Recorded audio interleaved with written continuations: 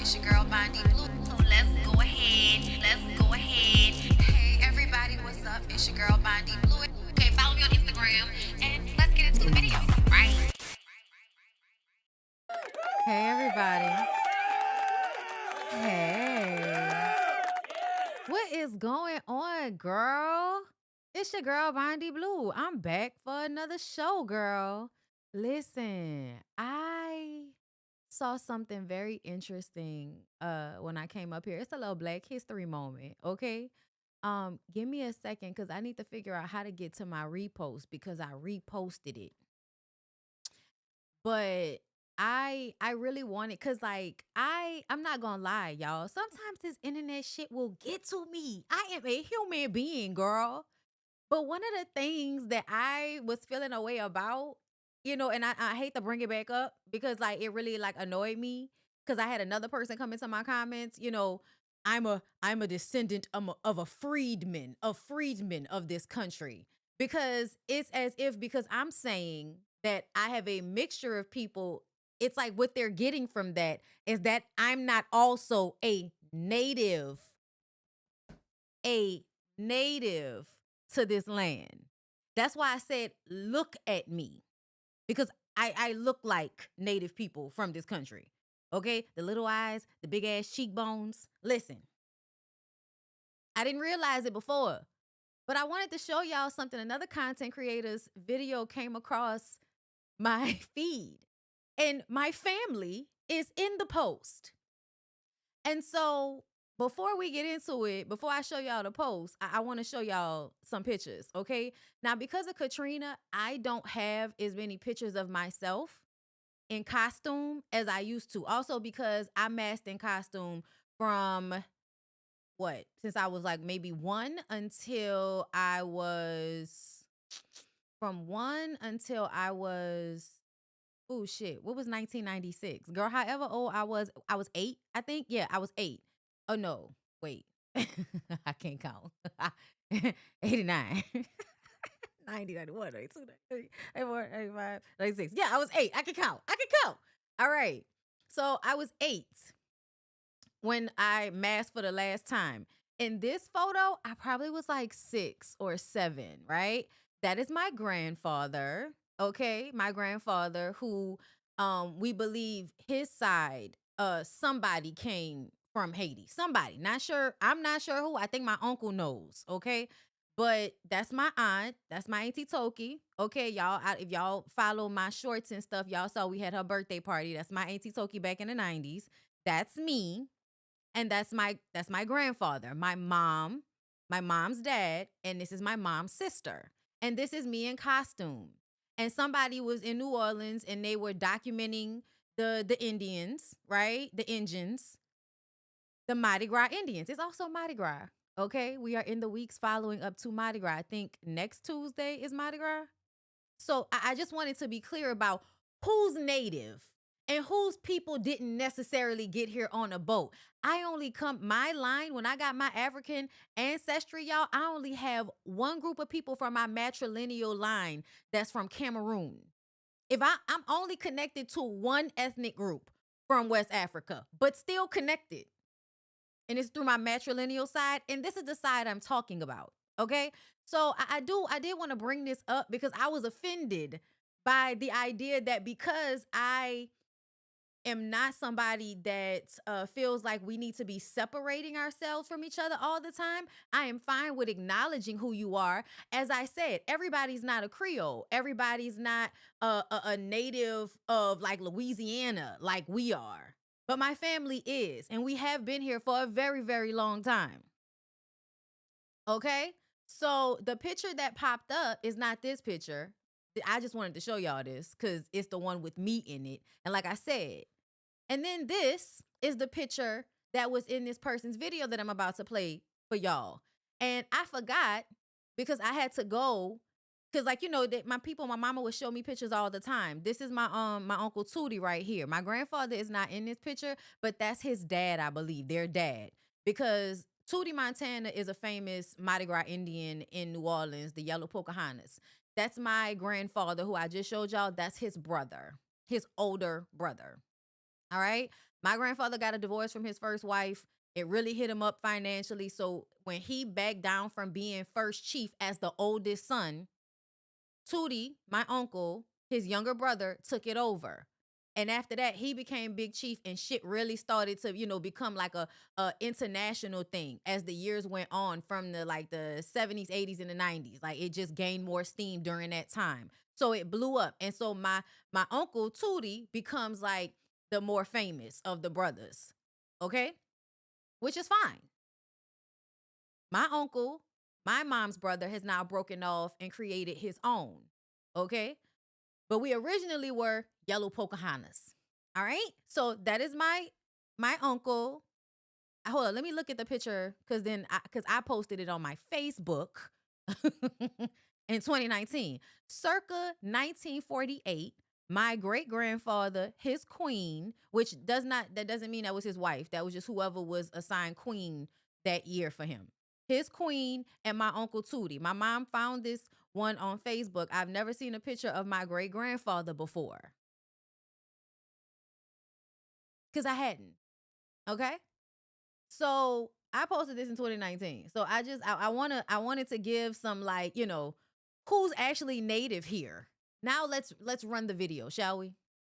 There was many folk here, black folk, who were indigenous to Louisiana many years before the transatlantic slave trade, black Indians. And that's who we're actually paying homage to. Let's take a deep dive into the indigenous history of Mardi Gras and how it is directly correlated to Black American heritage. New Orleans has been a majority Black American city for its entire history. There's always been a significant population of free Black people, many of whom were wealthy, educated, and culturally influential. There was also believed to be an enslaved population who also had a hand in the creation of Mardi Gras. The first on-record Mardi Gras celebration was in 1699, and the first parade was in 1857. And the most culturally influential people of New Orleans are the folks behind the two Mardi Gras traditions that exist today, a celebration of freedom and creation. As we all have discovered, Black Americans built their cities and towns and everything we enjoy today. To celebrate those successes, they held an annual citywide celebration for their hard work and emancipation. They also used this time to have a communal feast and to give to one another as a tribe. Those cultural traditions now shape what we know as Mardi Gras, which are the New Orleans Mardi Gras parade tradition and the Rural Courrier de Mardi Gras. The parade tradition began in the 19th century, after the French Creoles, Anglo-Americans, and other Europeans saw the celebrations that the indigenous Choctaw Indians had created. The second tradition is a separate older folk tradition from Acadian, Cajun, and Creole indigenous communities, involving masked riders going house to house, singing, dancing, and gathering ingredients for a communal gumbo. Neither of these traditions were started by Native American tribes. For many years, the indigenous Creole career was largely overlooked by mainstream media in favor of the Cajun versions. And because of this, many people think it's a Cajun-only thing. And that historical theft is one of many ways that whites tried to exclude the originators. Because of that exclusion, the Black American creativity gave birth to the Mardi Gras Indians. The first documented Mardi Gras Indian gang, the Creole Wild West, was formed in 1885 by Bacate Batiste, a man of Choctaw heritage in the Treme neighborhood. Why Indians? Because it is a tribute to the indigenous nations, the Choctaw, Seminole, and Homa, who are the originators of the land. And in reality, the indigenous Creole community kept their traditions alive with a distinct flavor, involving more accordion-heavy Zydeco music rather than the Cajun fiddle style. In the traditional suits and masks, they symbolize a free, fierce, and autonomous spirit. The suits are not costumes, but sacred, year-long artistic projects. Even today, while Mardi Gras is still currently ongoing, Indians still mask at dawn on Mardi Gras Day, meeting in a ritualized series of encounters across the city, showcasing their suits and performing chants like Hey Pocky Way. And that is my uncle. Know how I make a caterpillar crawl a slippery wall, and when I get him to the top, I dance and fall. Now that we see the blueprint, Listen. you can only imagine what the Pretendians are trying to replicate at the nonsense powwows. The strength of Black American culture makes Mardi Gras a cultural Super Bowl. It shows why indigenous Black Americans hold the most dominant and imitated culture in the world. All right. Okay, now, so who's foundational exactly? Listen, I just wanted to use it as a Black History moment. Thank you so much.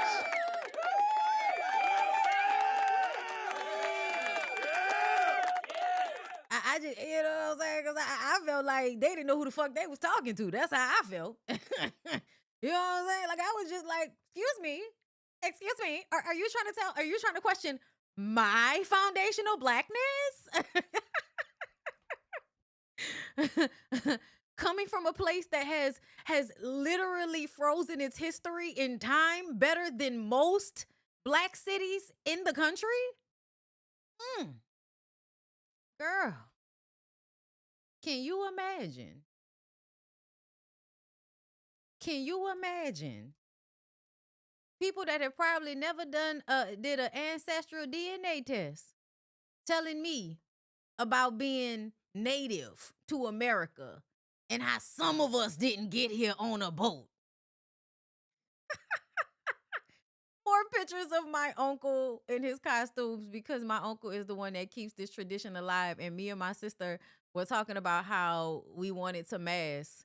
We need to mask 1 year at least because it takes so much work. Like, and you have to go over there by their house and be sitting down sewing every, a few times a week and all of that. And y'all know how busy my schedule is.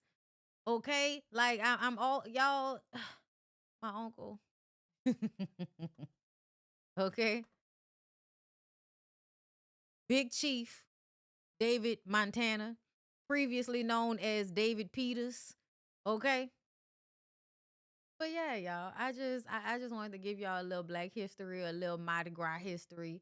You know what I'm saying? Just a little something because it popped up on my timeline, and I'm not gonna lie, that was just like, girl, who, girl, who you think, who you thinking? Like that's why I said it the way I did because it's like, baby, there aren't many more people that are more indigenous black than me. Okay, thank you very much. And this is not a competition, bitch.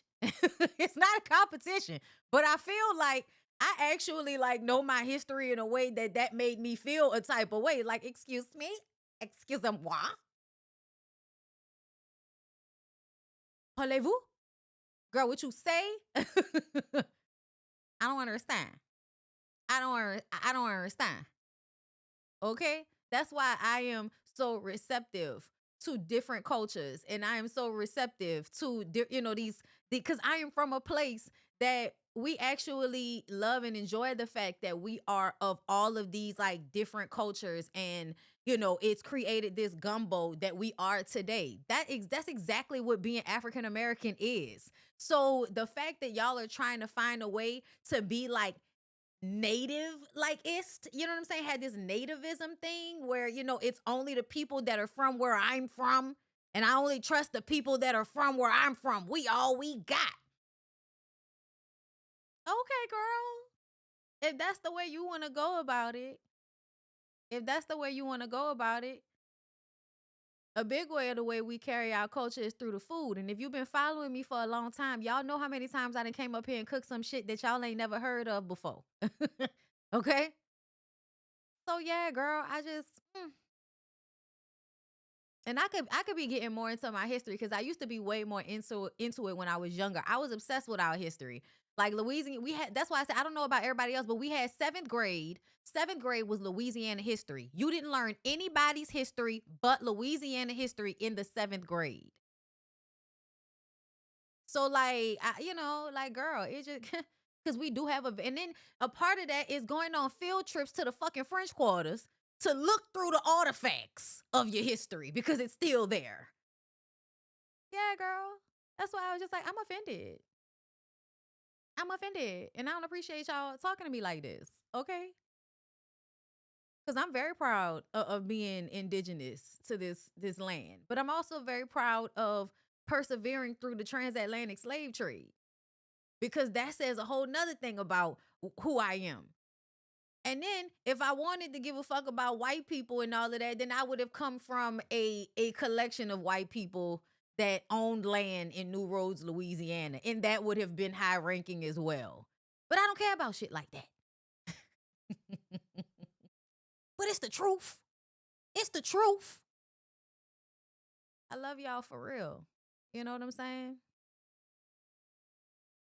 Oh no, babe. Oh no. See, now you're gonna make me pull her up. Now that you said this, you're gonna make me pull her up. And when I tell y'all, this is how I said I'm growing in my bisexuality because I used to only be attracted to like, studs and mass presenting women. And I think I'm getting out of that a bit, which is like really great for me. Because I am obsessed. I think maybe 2 or 3 days ago, I was just scrolling through just sitting watching every single video. When I tell y'all I'm obsessed, and like in a safe way, y'all know I don't, I don't like me. I don't like you if you don't like me. You know. But girl, Wicked Confections, girl, that's what you was talking about, right? Because she's been doing this series this month of Black History Month, where she does like these different recipes that we used to know about, but we don't know anymore. Girl, where's that one I really liked? I've been watching her since like Instagram and stuff, but I've recently followed her over Not a here because she's been doing this series. Girl, we gotta watch one of her videos. This is hold on, let me.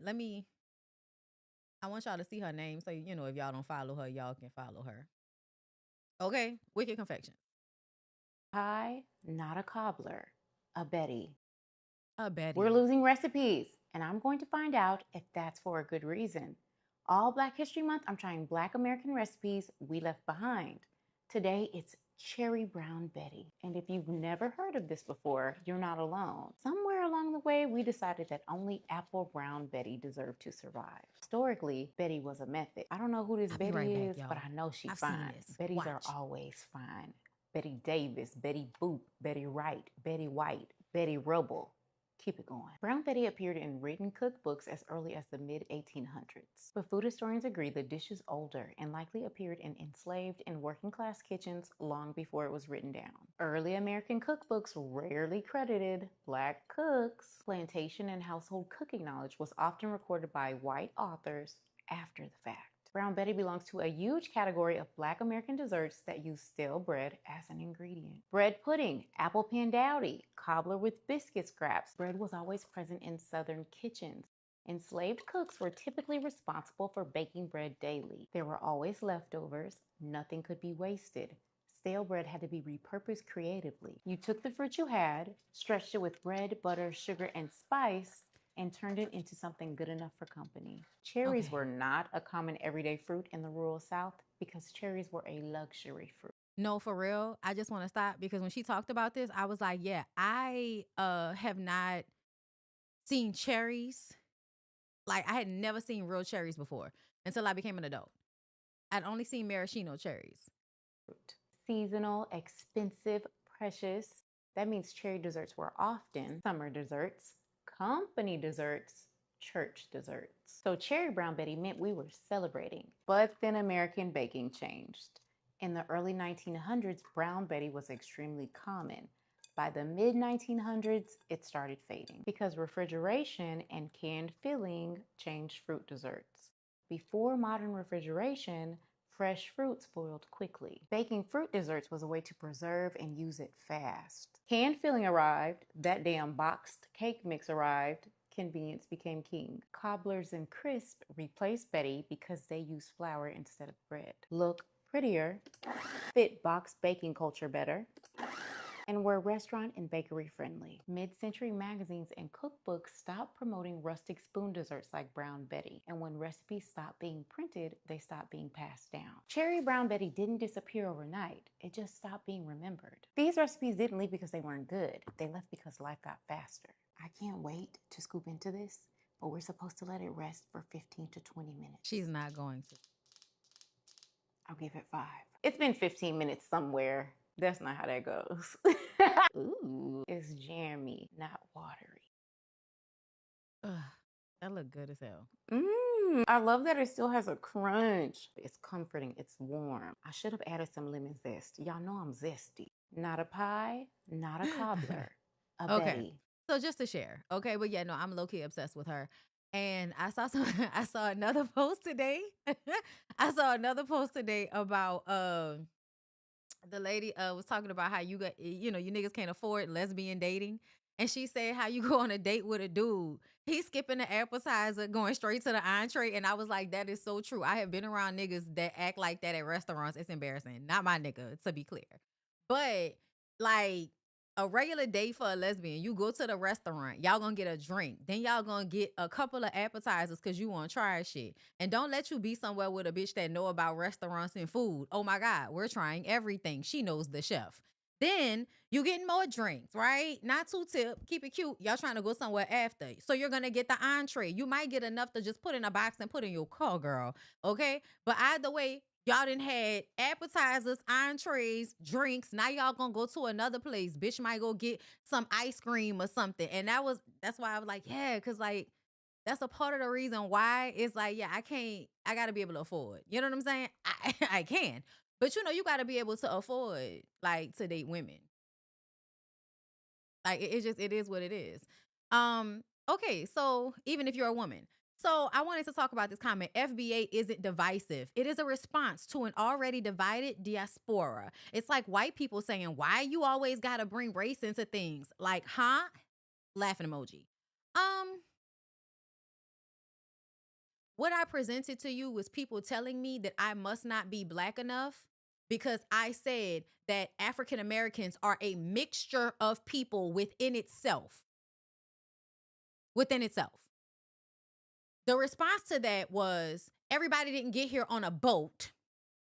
Some of us are native here. And then the insinuation was that I was not, because I said I have a Haitian, I'm a descendant of somebody from Haiti, and I'm a descendant from somebody from, you know, the white people, girl, okay?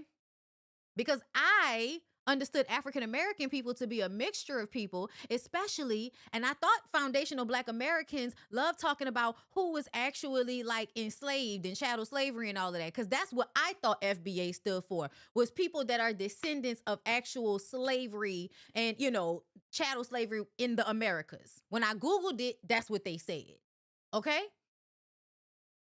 So I'm very confused on how you are a descendant of chattel slavery, but nobody got here on a boat. So for you to say, oh my God, like you're being ridiculous, it's not divisive. And then to insinuate that what I am saying is an all lives matter moment. I don't have a problem with anybody acknowledging that they are native to this land. As I have said, I am. And then provided proof, not just talking in fucking comments, provided like actual picture proof of my family and what we are tied to historically.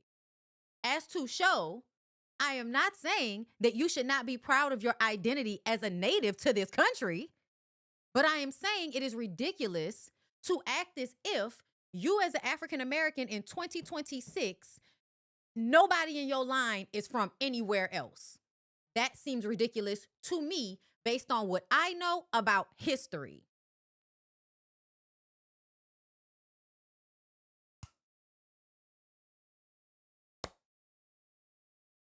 Okay. Because, you know, I felt this was condescending to me just a little bit. Like, you know. But you saying this to another comment, relax. I am relaxed, sweets. I can be like, this is what I'm doing up here, girl. I'm relaxed. Trust me. Because if I was really upset, I'd have clicked off the fucking live by now. Ask people about me. But the comment is saying that they're not divisive. And that is to undermine what I am saying. They are being divisive. They are. Because now it's questioning my existence. These people with American flags next to their names. That's what I'm talking about. Like, it's like everybody wants to argue on their behalf. And I'm telling you about what I'm actually experiencing, though. You're not, though. Okay. I'm not then. Then you know, we don't have to argue about it now. Okay. So let's move on. Happy Black History Month, everybody.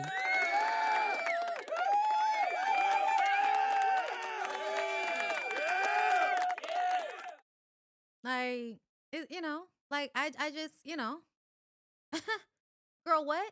Relax. Who are you talking to? Bitch, if I want to curse everybody out on this live, I will. Who are you talking to? It's not divisive. Even though we're like questioning if you're actually Black enough to sit with us, it's not divisive at all. Please, please. Don't proceed to play on my top like that. Blocked. The fuck? Girl, relax. Don't tell people that don't go who like we black. We are black, right? So if we black, you know, don't be telling nobody to relax. Like who you talking to? Cause then I wasn't gonna get crazy, but then I'll get crazy. And then I'll be like, I can be as rowdy as I want. I can be as rowdy as I want, girl. I can be upset about whatever I want to be upset about, girl. And ain't nobody gonna check me about it. The fuck? I'm sorry. Did I not tell everybody I was on one at the beginning of this week? Don't be upset. Just don't be talking to me like who are you talking to? Don't be so condescending. Like don't you're like laughing at me. You're like in my comments, girl. I wasn't talking to you, girl. What? Yeah, you were. Yeah, you were. And guess what? If you're not talking to me, I'm gonna need for y'all to be atting people in the comments instead of just commenting and shit. Like I'm supposed to be like deciphering who you talking to. Cause y'all expect for people not to read their comments when they on live, girl. That's why I'm on live. So I can read the comments, girl. Oh God. Oh God. Okay. Yes, girl. I'll lose my shit on a live. I will. Who's gonna check me about it? Y'all gonna stop liking me? Ooh. Ooh, girl. Ooh. Stop fronting. Y'all know y'all like when people curse people out. Stop fronting. Stop playing. All right, let's move on. Hello.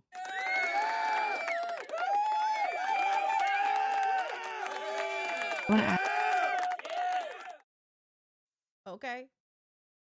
What? Because at the end of the day, I don't have to argue, mommy. I can just block you. Okay.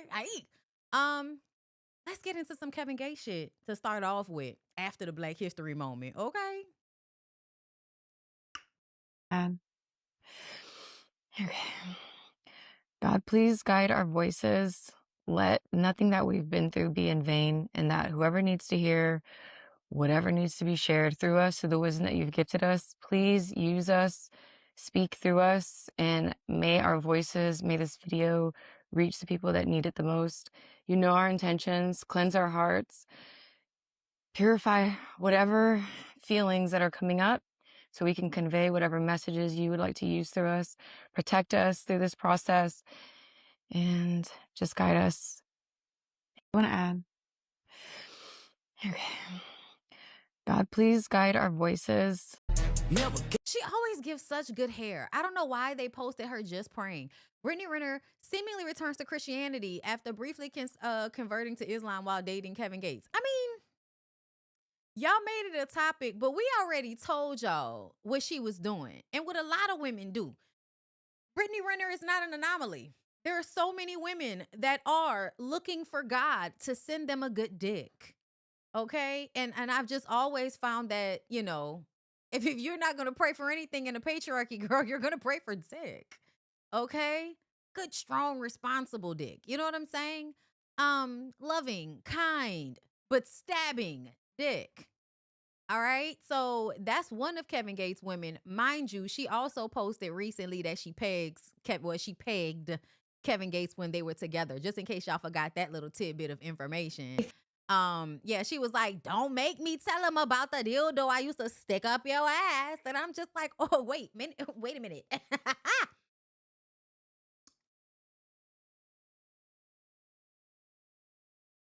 Don't come and tell us about it now. If you were doing it in private before, keep it close to the vest, honey. Don't come and tell us now that you know what I'm saying, that you were scratching the itch, right? Like, girl, especially nowadays, to me, okay, yeah, you being pegged. I don't even want to get in that, okay? So that's gonna have a vibe to it, right? That's gonna have a vibe to it. But these niggas throwing their legs up to get they 8 is still very, very like, okay, so if we have a problem with one, girl, I'm sorry, it's my mouth. That's my mouth. Like, no. Like, I don't know. It's something about me that's like, I feel like, oh, I don't know if I could do it because I feel like it's gonna hurt. Like, because it would hurt me. Right? So I'm a cringe when I see it, right? Like, it's not, you know. But at the same time, it's like, but your tongue though? That's a dildo. Your tongue though? I don't know, girl. It's weird to me. I'm gonna let little sis talk for a second. Hold up. Feeling a little bit like embarrassed because it's like, damn, I don't want to fuck it up because I love him. Damn, I added up quick. Like, look, I like good deals. No, I think it's because I be cooking mostly, so I just be like, ugh, I could have spent that on groceries and made a big old meal. Look, I don't care how much money I have. I'm very practical, and I like a good deal, and I like affordable shit. And like, come on. Like, I love a good deal. Who don't like a good deal? Like, I like to use common sense. I know this girl. I used to be this girl. This is how they teach you to be. This is the grooming of teaching you to expect less, right? You want to be the easy girl. You want to be frugal. You don't want to have to do a lot to yourself, right? Because you just want to be low maintenance. You're supposed to be the cool girl, right? He wants to fuck other girls from time to time. You're the cool girl, right?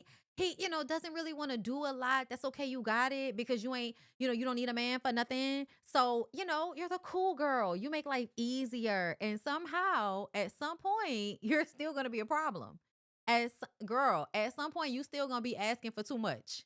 At some point, even with very low standards, the nigga is still going to tell you at some point that what you are expecting is too much. Now, one of the main things I want to point out with this that I peeped and I thought it was very interesting, Kevin Gates is a very specific demon, right? Just a very specific pussy monster. And it just basically he's a monster to the puss, okay? So if you got a puss and you let him play around your puss, bitch, he about to be the monster under the bed, bitch, okay? He about to put you through it. You're going to have nightmares after this. Okay? And here's the thing. You got to be a very strong, witchy bitch in order to be able to like build prestigious fortitude in your spirit and in your person to not be on the ground for a long period of time after a relationship with this type of warlock dissolves. Okay? So Brittany Renner, that's a bitch that has built some type of Teflon system around herself. Okay? You can't break bitches like that. They come back every single time. After she came back, when she was all on that one-eyed, willy-looking monster nigga, Charleston, what's his name? Whatever the Charles nigga that, y'all like, but has said some of the most egregious, fucked up things ever in life. Said he's hard and assaulted people. Y'all let him go in and out of y'all streams and shit, because that's cool. Remember when Brittany was on top of him and we was like, oh girl, right? But here's the thing, y'all. This is the kicker. Kevin Gates' new wife. Kevin Gates said in a video when he was talking to Drika, I challenge you to tell him that we was just married in Islam. What you mean? Y'all was just married in Islam. I thought it meant something, baby. But that's a manipulation tool so that you can have these bonds with these women, but then discard them when you're ready. And that it mean absolutely nothing whenever you decide it means absolutely nothing. So this little young girl right here, head gone. Pray for her. It's going to be a struggle.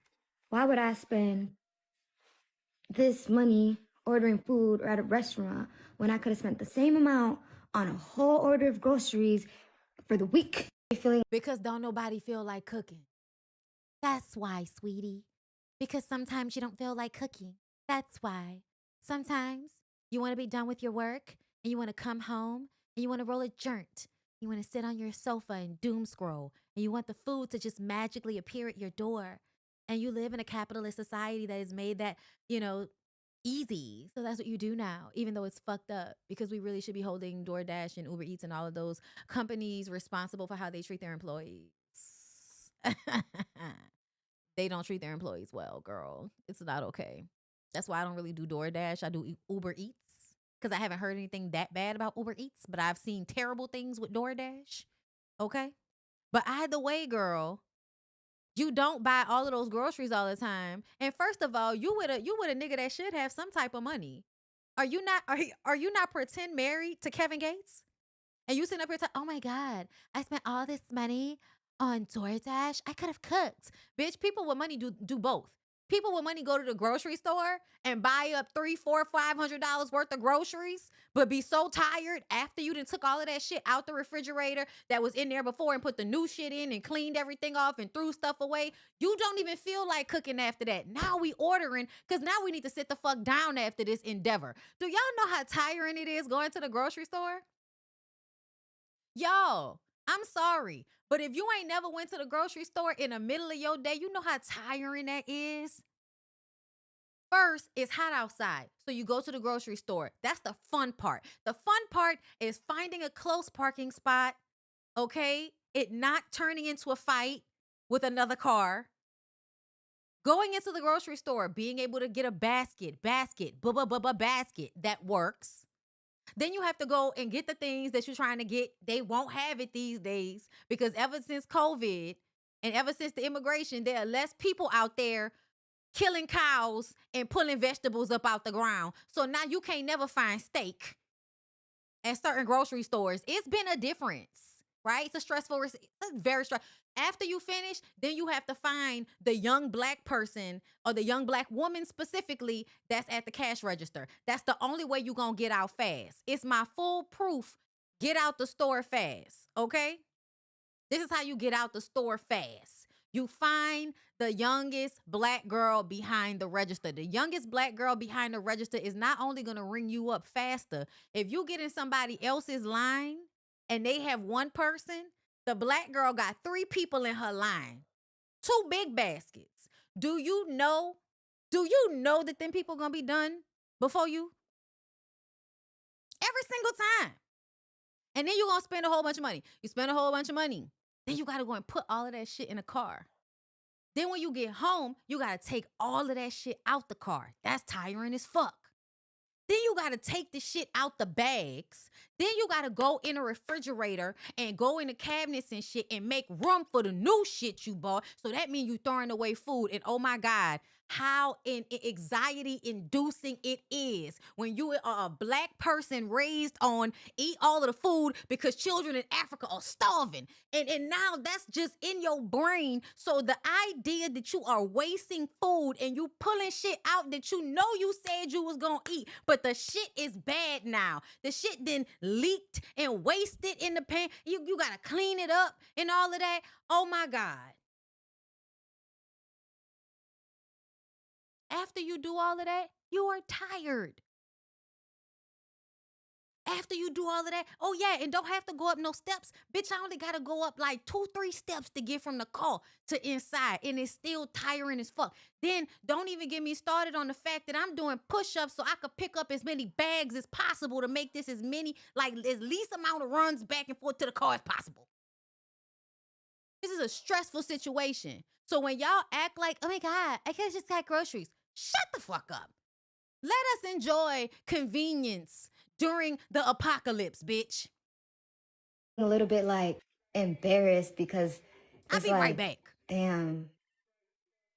I don't want to have y'all waiting. Hold up. I got to go get Olivia. She balking. Hold up. I'll be right back. Hey y'all, this is a get ready with me. Okay, just a little something before I get ready for one of my daily lives.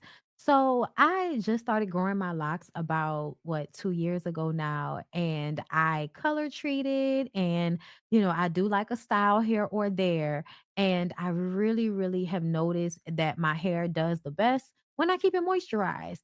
And my regimen of spraying my hair with water and then following it up with Fab Hair International's Moisture Mist leave-in conditioning spray, girl.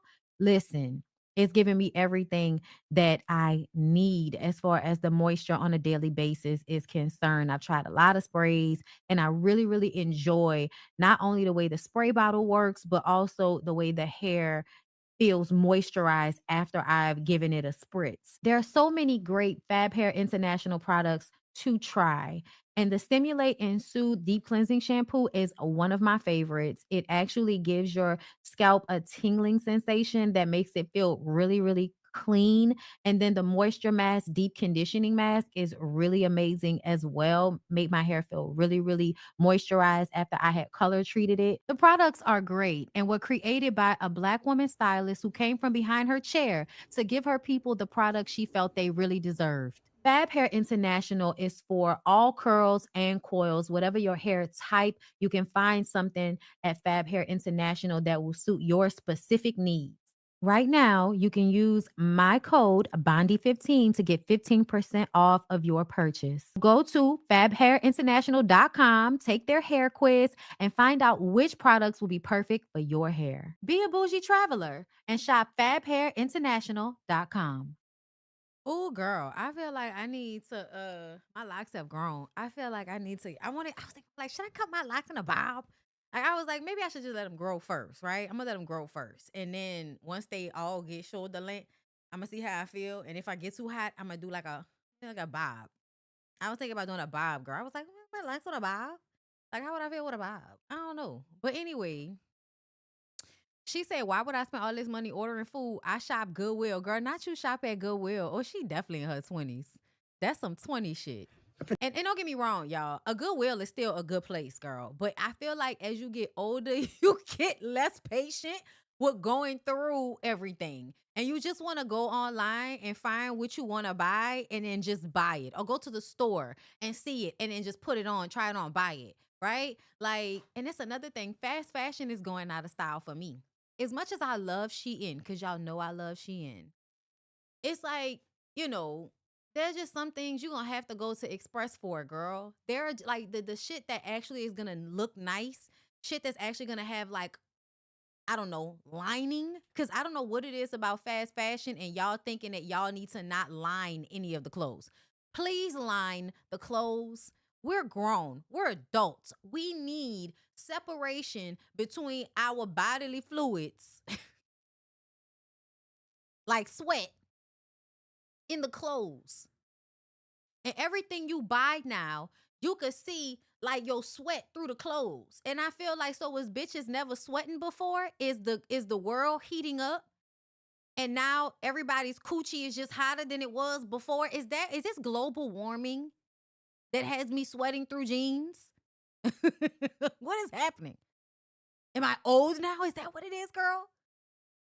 Because when I tell you the crease, anywhere there's a crease, y'all, I don't even like sleeping with my arms folded anymore or my legs folded anymore. For like, you know what I'm saying? For like that, girl, wherever skin touch. That's another thing. When we was growing up in the 90s and these hoes was all excited about these big ass titties, y'all, I hate everybody. Girl, I hate everybody that made you think having big titties. Okay? They got I know. They got everybody thinking that having big titties was the lick. And when I tell you, I think every day about going to get a breast reduction. But then I was like, if you go get a breast reduction, then you should go ahead and get like, fat sucked out of other places. This shouldn't be a one-hitter quitter, right? Let's get the arms smaller, right? Because, I carry weight in my arms. Like I just carry weight in certain places. So yeah, let's just go in and chop all of that shit out. And I'm like, okay, but what if I look funny? Right? I don't want to look like I'm tight in my skin. It's one thing to look like you're tight in your clothes. I don't want to look tight in my skin. So I was just like, I just throw the whole idea out the window. But when I tell you, this is a part of my disdain for life at this point is the sweat under my titties.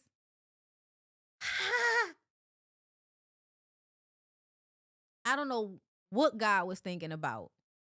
I don't know who told you that this was a good design to have these things hanging over a portion of your skin. So it's always sweating right there. It's always hot right there. It's always warm right there. I have so many like things that I would want to talk to God about. Like, what were you thinking about? What was going through your head when you did this model and you was like, oh, you know what it was? You didn't get into the body yourself and try it out. That's what it was. And that's a part of the problem is that God could not put themselves in our shoes for 2 fucking seconds. Bitch, come down here and get in a person's body and walk around with big titties in the sun. Girl, not even the summertime. It's February and I was sweating outside. It's February. You need to put yourself in people's shoes. For the month, like your breasts don't look that big. Surprise, surprise. I'm a triple D. Surprise, surprise. Surprise, surprise. Surprise, surprise. And I wear a lot of like minimizing bras. But ask people that have actually seen me in person. Is Miko in here? Anybody that was at the last live show who was like, yeah, B. Because I don't wear bras that's always pushing these hoes up. Because I don't always want that type of attention. You get a certain type of attention when your titties is out.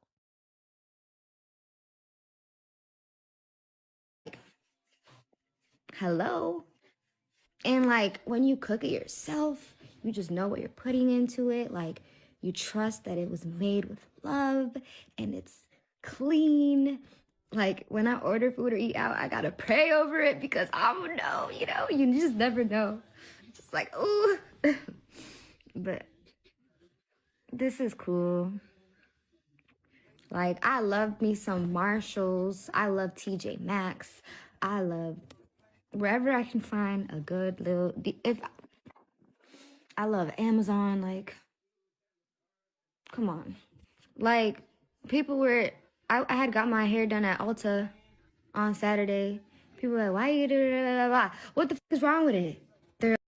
I mean, right. You don't need nobody that do nothing special when you got hair like that. Everybody know how to do that hair. Everybody, that hair ain't nothing hard to do. You ain't gotta know how to do hair for real to do that hair. That's an old Pantene Pro V. You know what I'm saying? Rinse out the conditioner, bitch. Put some heating oil in it and flat iron it. Oh, that ain't nothing. I just hold up. Somebody said something, and I want y'all to. Okay, do a parasite cleanse. I'm doing one now. I changed my body odor and how I secrete. It's been amazing. Gonna do one every year. Okay, I'm gonna tell y'all the truth. I don't trust nothing that tell y'all that y'all got parasites in y'all body. All right. I know y'all eating shit and the world is not a healthy place. We drink alcohol, all of that, but I sweat because I'm a hot body person. I drink, I smoke. It makes your body temperature be higher. Plus I live in a humid, hot place. New Orleans is a tropical climate. It's always hot here. Okay. We get like 1, maybe 2 weeks of cold all together out the goddamn year. Okay. Every other day it is humid. So even though I appreciate the advice, I'm like not one of those people. I don't, because sometimes I feel like that be hotep shit that they be convincing everybody that y'all always need to be doing some type of fucking cleanse and shit. Y'all don't eat all the time. Y'all just do green juice cleanses and shit. Y'all do water and lemon and all. I know. I got friends that every time you turn around, they doing a cleanse or, they abstaining from something. And I'm just like, girl, okay. I don't live like that. Girl, I drink water every day. I eat vegetables every day. And if I live somewhere that wasn't as hot, I feel like I wouldn't be as hot. Because when I go to other places, I don't sweat as much. When I was in California, I didn't sweat as much. But here, girl.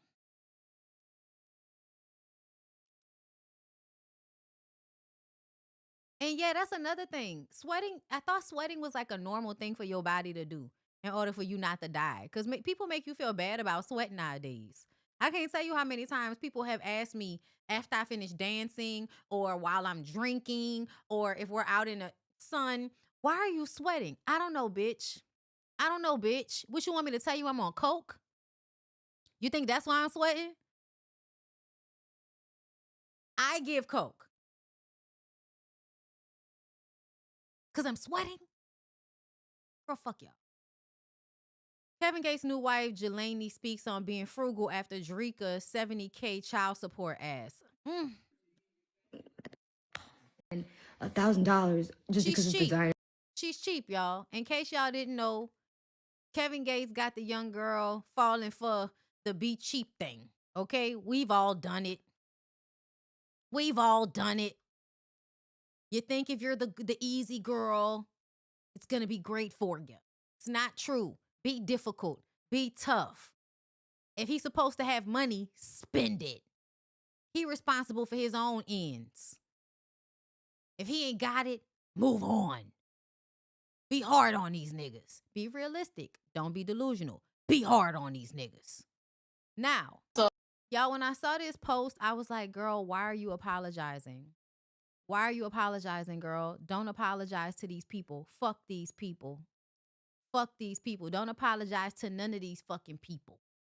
But you know, women be out here being pick-me's in the first fucking place. And that's how they end up in a situation with a nigga taking advantage by being a pick-me. Because why is you around these weird-ass niggas? Not blaming you, just stating that y'all need to be clearer about how niggas are weird and so y'all don't be around them, right? It's like, you know, if you don't be around weird niggas, then you don't have to worry about certain things. That whole crew is a bunch of weird-ass niggas. But as soon as I saw her apologize, I said, girl, they're going to think that you're apologizing for accusing him of assault. When we know he probably did that shit. Based on his history, based on how y'all socialize boys to get women drunk and manipulate them out of coochie as a way of life. I knew what they were going to say, girl. So I didn't even say anything. I saw this post. So if you have some type of raging vendetta against me for me saying things out of emotions, we all say things we don't mean when we're hurt. I don't want anybody to ever think that that's something I meant. That's something I live by. That's how I feel. Like, no. I was traumatized and I was hurt. And I said some things I did not mean and I shouldn't have said. She said she hates you niggas. She don't like black men. I don't even like black men. That's what she said. And I told y'all at the time when we looked at the video that, of course, she's angry. And y'all expect for people that have been assaulted to be sad and scared instead of mad, which I feel like it is an acceptable emotion. And I genuinely apologize from the bottom of my heart for those remarks. And yes, I'm gonna leave it at that. But Black people are phenomenal. It's Black History Month. We're going to continue to break down these walls, get over these mountains, and do great things in this world. And, you know, we're God ordained, we're God's people. And yeah, I'm going to just leave it at that. Okay? My kids are going to be Black. My dog is Black. I'm Black. My mama's Black. My friends are Black. I love Black people, and I love Black men. Assalamu alaikum. Let's shake them! Okay? So this is because everybody felt like the girl didn't really like black men after she said, fuck y'all, after what happened with old boy, right? So if you... And I knew they were going to do it. Literally right after. Jordine Pauline broke her silence and apologized for lying on Tylil's name, saying she didn't mean it and it was said out of emotion. That is not what she said. That is not what she was talking about. She was talking about saying, I don't date black men and I don't like niggas and I don't like black men. And then it looked like they cut out the text on her video in order to frame it that way. I'm sorry, but when I look at this picture of Tylil, I believe he did whatever that girl said he did. Just looking at his face, looking in his eyes. She said, I did not apologize to him. I apologized to black men for my cold remark. My attorneys and detectives are still handling this case. Bye.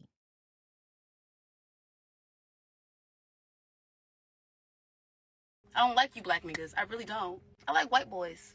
This was the comment. Was sexually assaulted. Okay? So...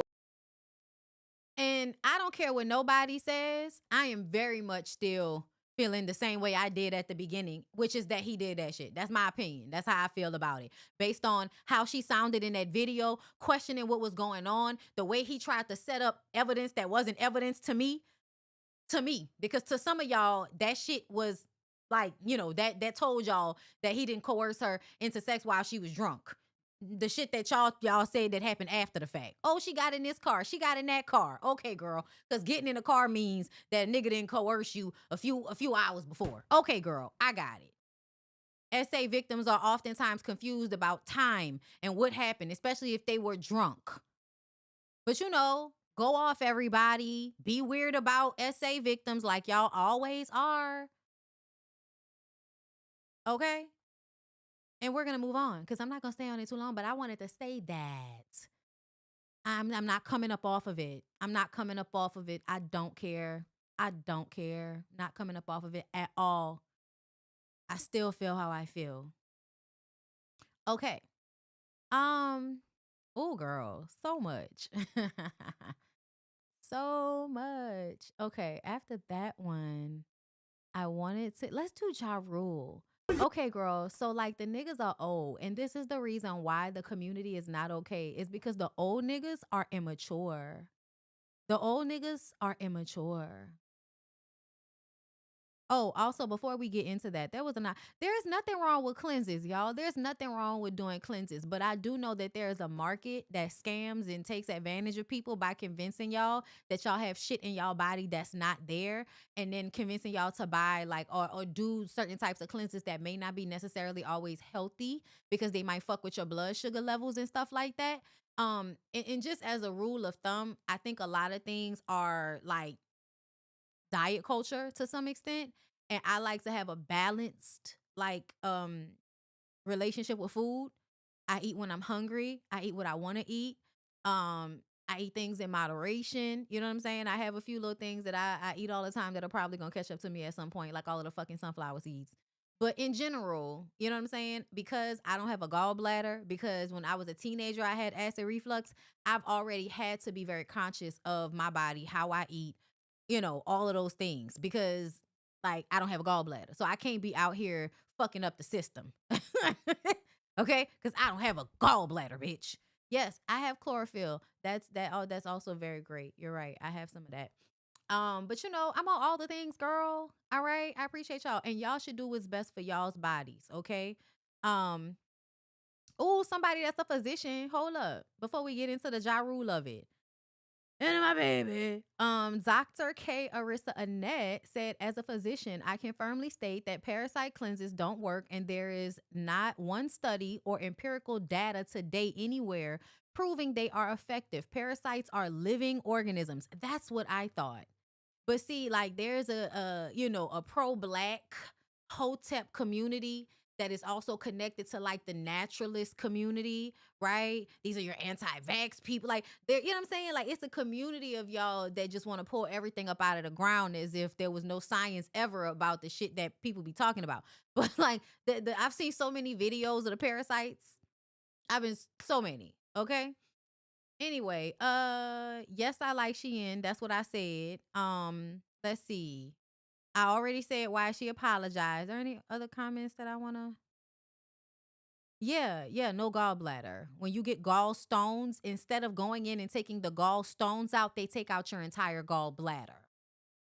That happened because I was in school and working 2 jobs and eating wings from fucking what was it? Rallies. Yes, I was eating fucking wings from Rallies almost every day. Oh my god, them hot wings from Rallies was so fucking good. But I already had like stomach issues from the acid reflux, right? And then I was working a lot, and I'm the ability to push myself until I collapse is one of my things.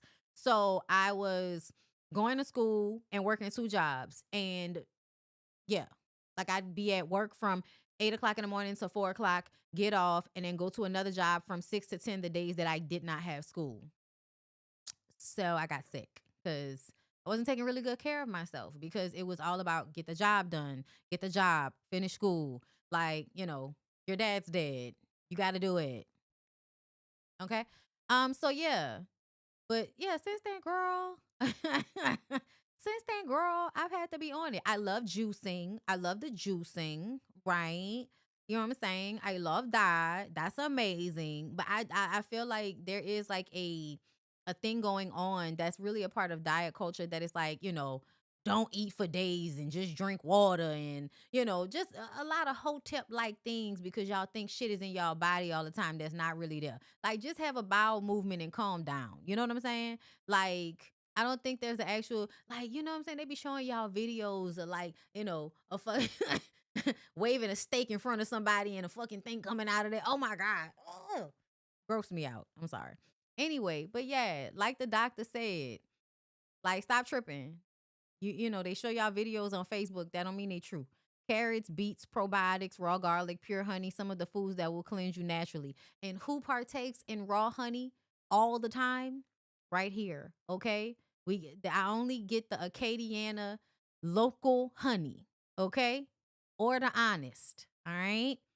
We shop at the fresh market, all right? Oh my God, y'all, before we get into this, can I tell y'all how much I love my husband sometimes?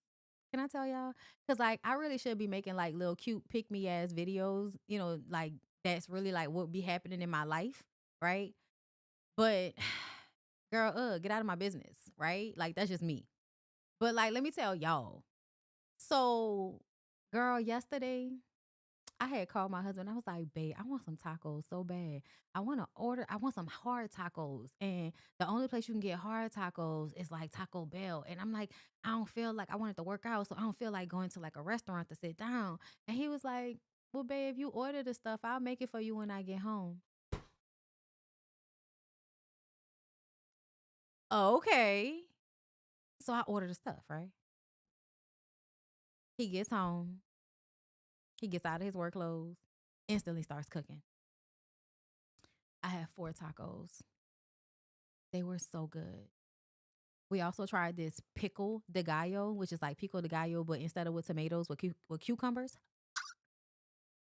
It was so good. Like, there was like a moment where he was in the kitchen cooking, and I was like sitting in the den, like in my robe, all clean and shit after working out, like real hard. Like, it was ridiculous. It was 2 kickboxing class. Girl, LASHAE be doing the most.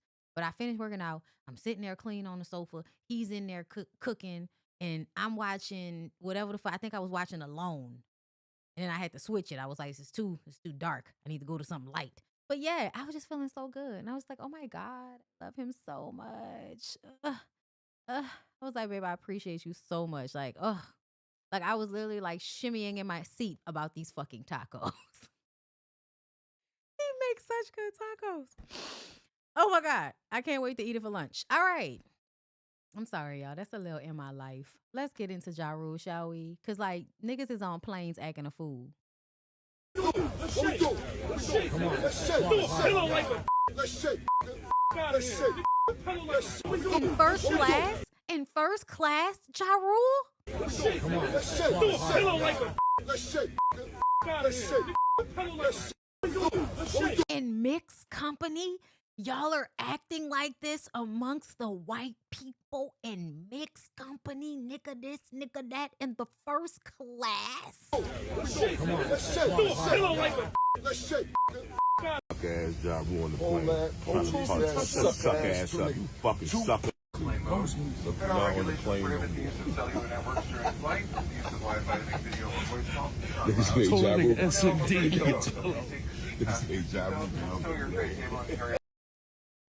Who paid for these niggas to be in first class acting like this? This is his seat. Are in the resting position. This way he was sitting before we got him out of here. They got him kicked off the plane.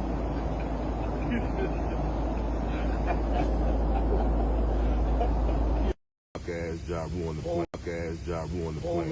Trying to punch suck ass up. 50 Cent said he was by himself, so he had to make a scene so they could remove his scary ass. Yayo said, suck my dick. The gay stewardess said it's going down. LOL. Fucking sucker. Looking down on the plane. This is job. This is his seat. Are in the resting position. Fuck ass job on the plane. So yeah, that was Uncle Murda and Tony Yayo that apparently have big beef with Ja Rule. Ja Rule said via TMZ, hi, Jamie here from TMZ reaching out for comment regarding a Delta flight you were on Sunday morning. Witness tell us from SFO to JFK where Ja Rule got into an argument with Tony Yayo on the flight. Ja was the aggressor and yelled profanities, saying he wanted to fight, then throwing a pillow at Tony Yayo. Crew stepped in and pulled both guys off the plane for a bit. Yayo yelled back that planes are federal offense territory and he did nothing wrong. Ja Rule continued on. I popped on these perks by myself on, I'm sorry, was it perks or punks? I don't know. By myself on a plane, laughing my ass off. Pussy ass niggas. I threw the pillow at Yayo head cause you soft. Knocked your hat off your head. Shit was hilarious.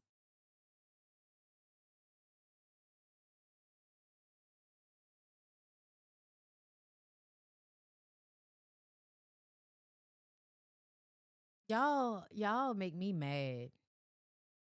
Like for real, y'all are just disappointing. Sucker. Y'all are just disappointing as individuals. Everybody involved, Ja Rule and Tony Yayo and Uncle Murda.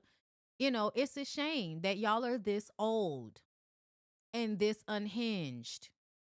That y'all are this old and this ridiculous. Like y'all are on a flight and you can't just take your pill and go to sleep, old man.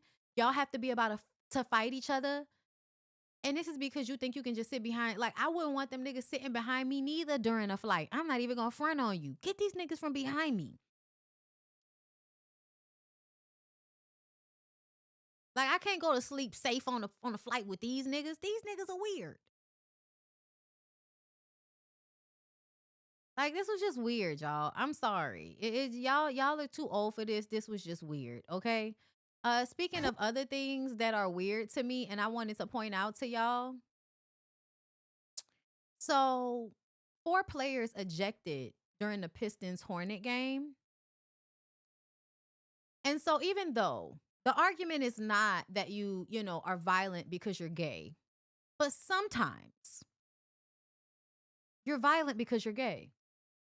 And the fight is really you wanting to hug a nigga so bad. But this is the only way y'all can touch each other. This is the only way that y'all can be this close to each other. I have never understood this.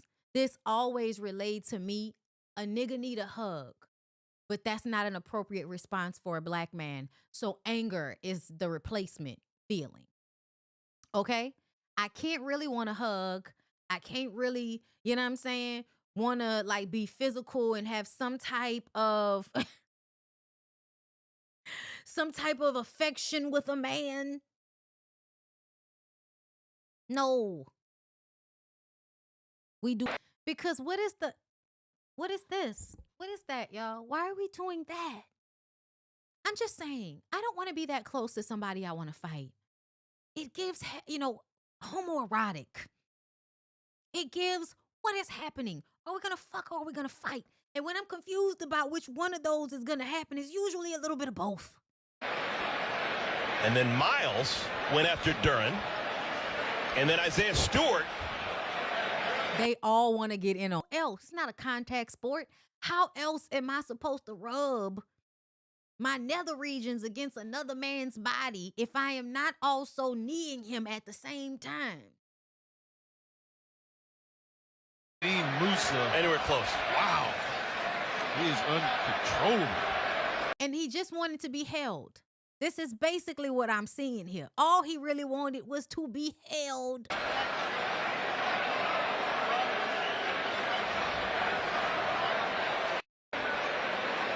Like, what is this?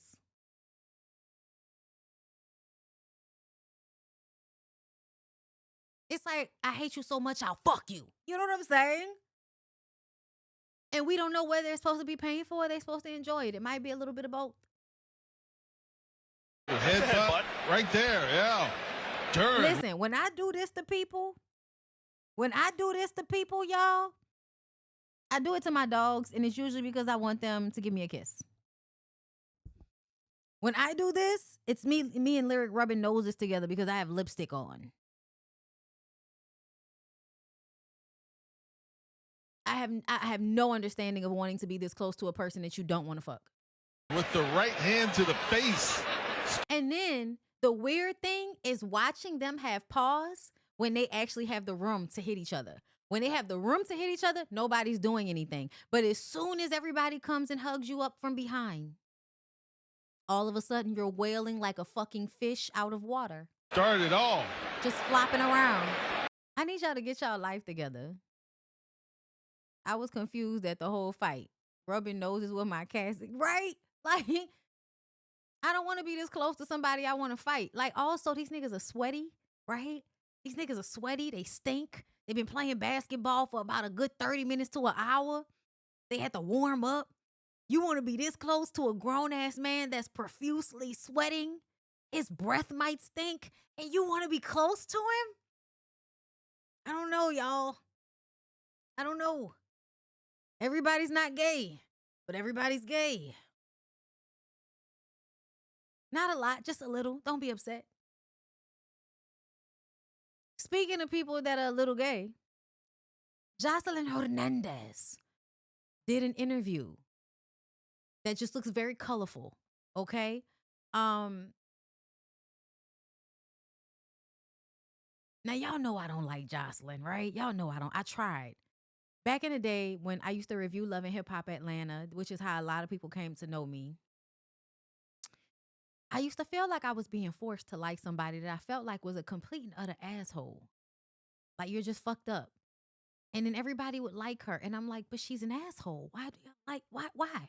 And it's like, oh, she's funny. Oh, she was like a cokehead that one time and, screamed into a microphone while she was sweating. And then that one other time, like, she fought everybody at the reunion. And then she got a show. And we got to see clips of her, like, kicking bitches with combat boots and cursing everybody out and calling them raggedy assholes. Calling them $2 assholes. Telling them that she would kick them in the fucking ass. You $2 ass bitch. You are nothing. Right? Now, she's the ultimate pimp.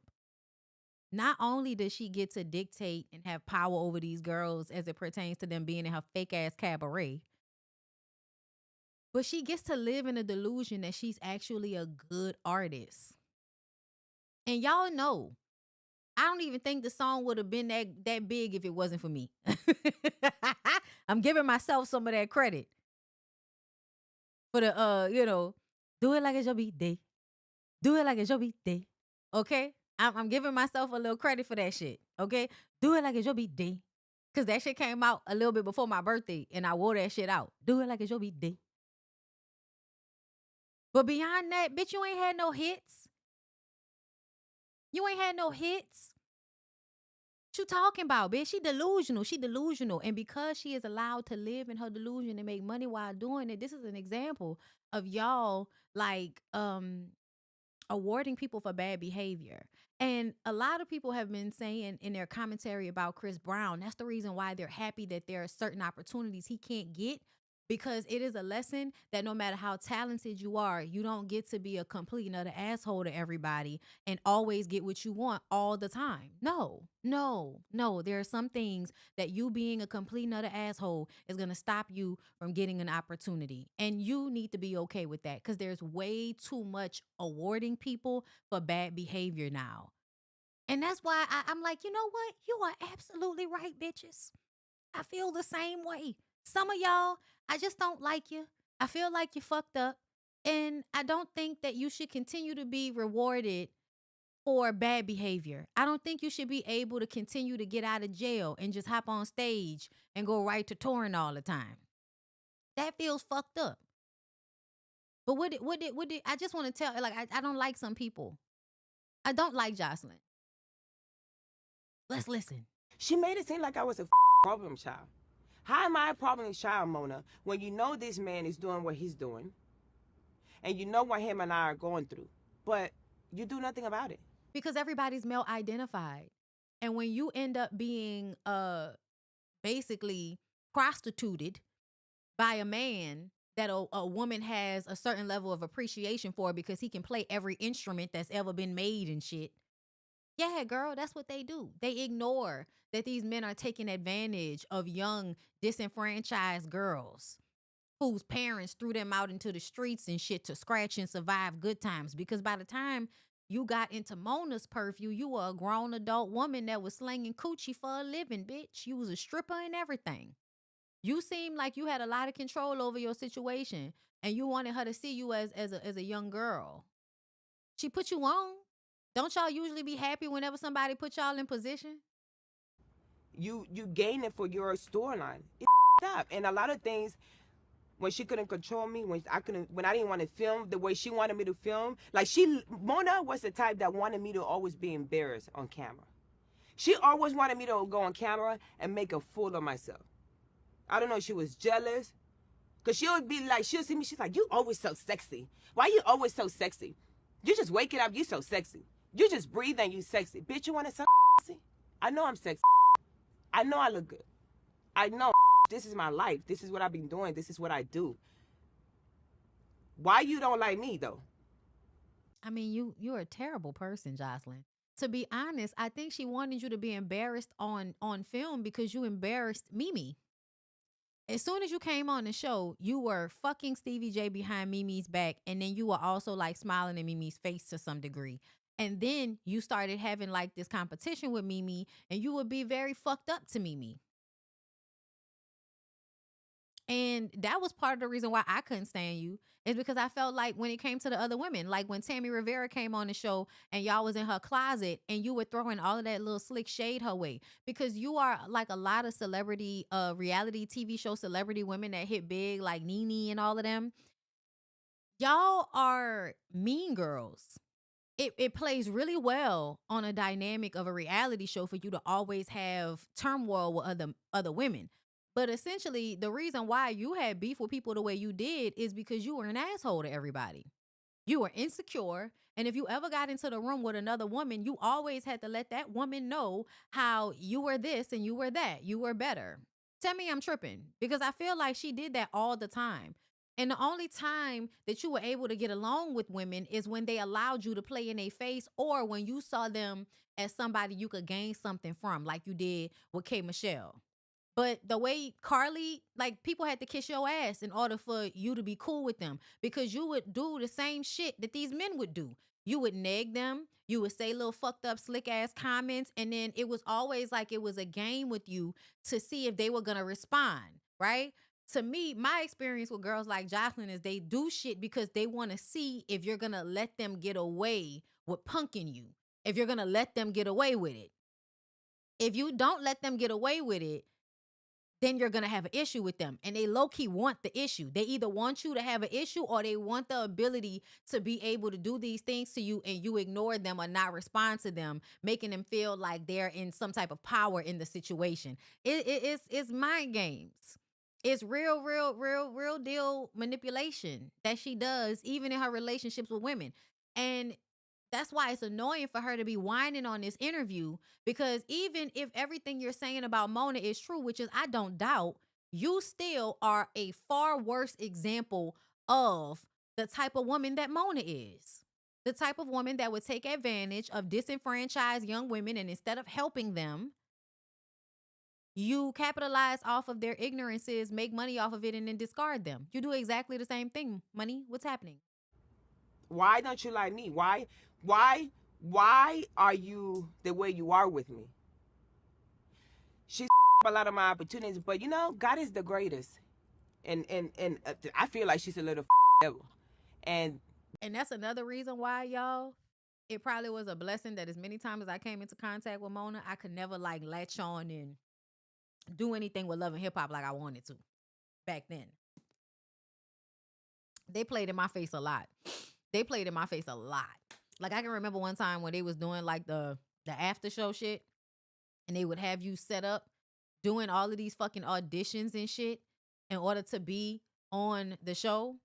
And they would keep having me come back, do videos and all of this type of shit, and then switch at the last minute. They did that to me over and over again.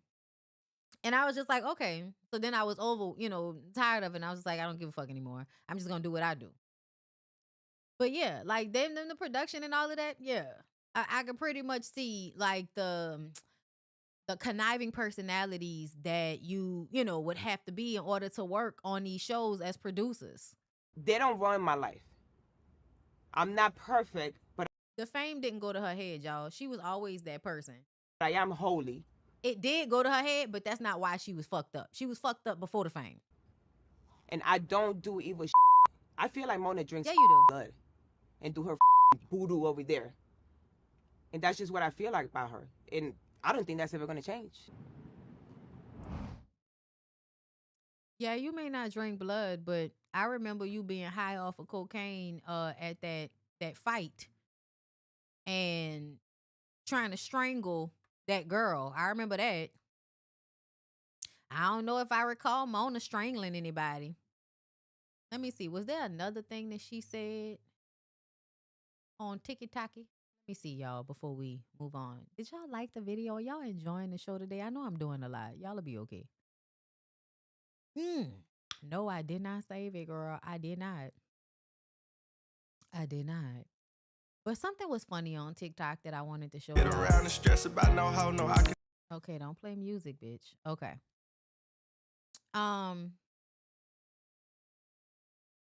Tamar Braxton is hilarious. Not her calling out Tawanda.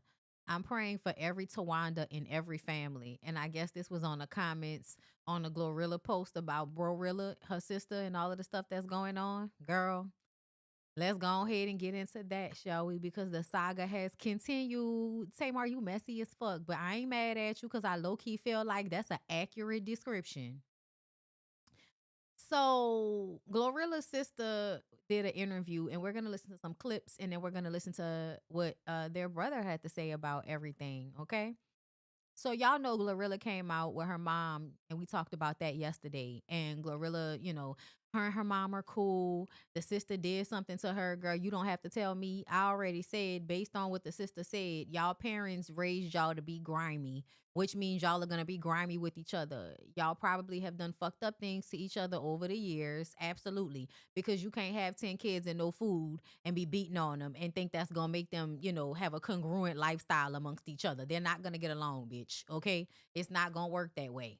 So yeah, girl, let's listen. She got endorsement with Sheen, all types of Sheen? Hell yeah, she got endorsement with Sheen. I'm Googling her network every day and getting mad at her. That's lying, though. Let me Google her network. She do got endorsement with Sheen. Let me Google her network. Hold on. Glorilla Network 2026. I'm glad. Ain't nothing pop up. 23 mil? 2 to 3 million? I'm about to say, Glorilla ain't worth no damn $23 million. Don't lie. That ain't That's why I just want $2,500. Don't nobody owe you anything is the point, bitch. But you gotta think about it. 3 million. She got endorsement with Sheen. It's funny though. I think you should create a comedy show about being the broke sister of a rich bitch. That would be like hilarious. Is you a virgin? Yeah. You never fucked? Never got fucked? That's never got pregnant? I sucked a dick before, but I ain't never got no fucked and shit. I don't believe her. Is you a virgin? That's what the studs say after they had dick and tried it out, and because that's what you gotta say nowadays. Back when we was coming up, you could listen. It was a part of the journey. You would fuck a dude, you know what I'm saying? 15, 16.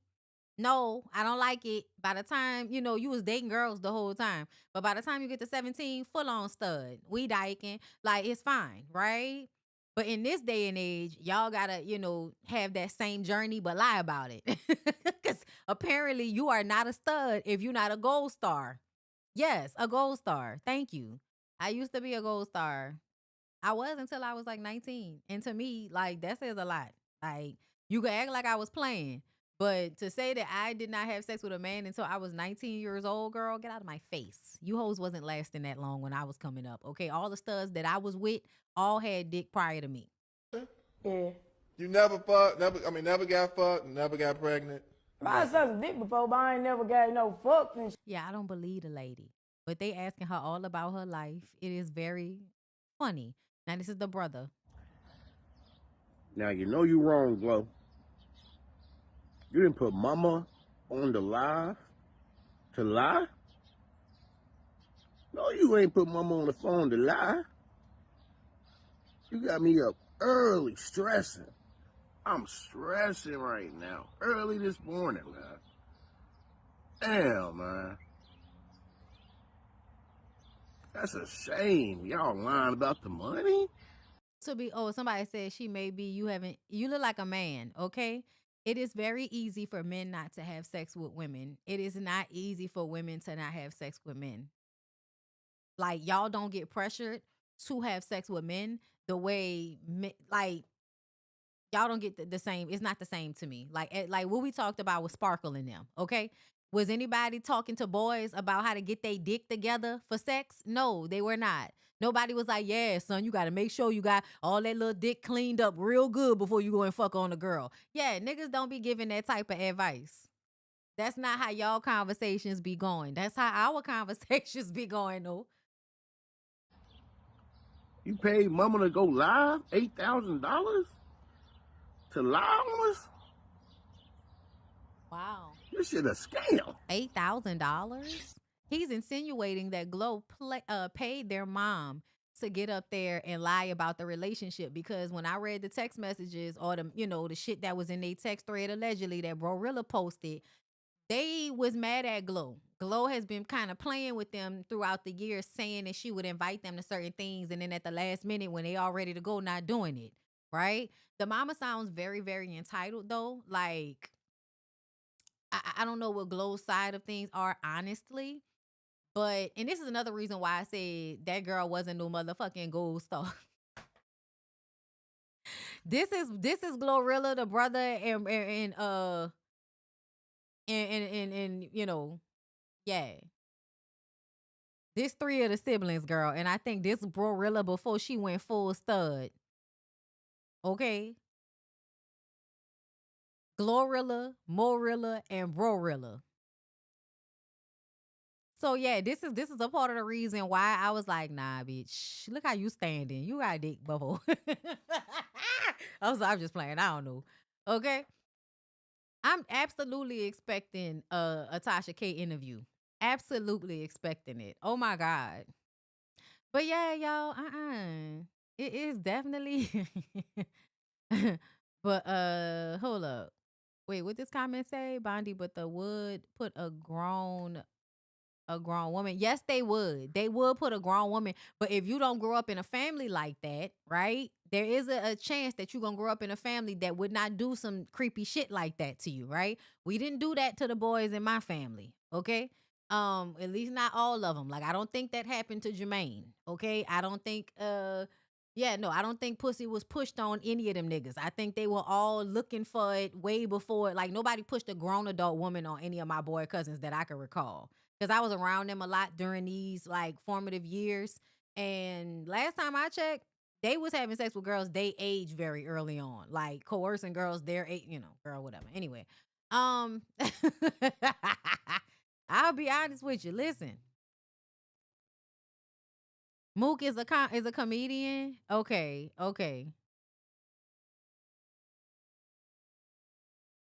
That's Mojo Brooks, Bondi, not their brother. Oh, okay. Well, is that not still the two of them?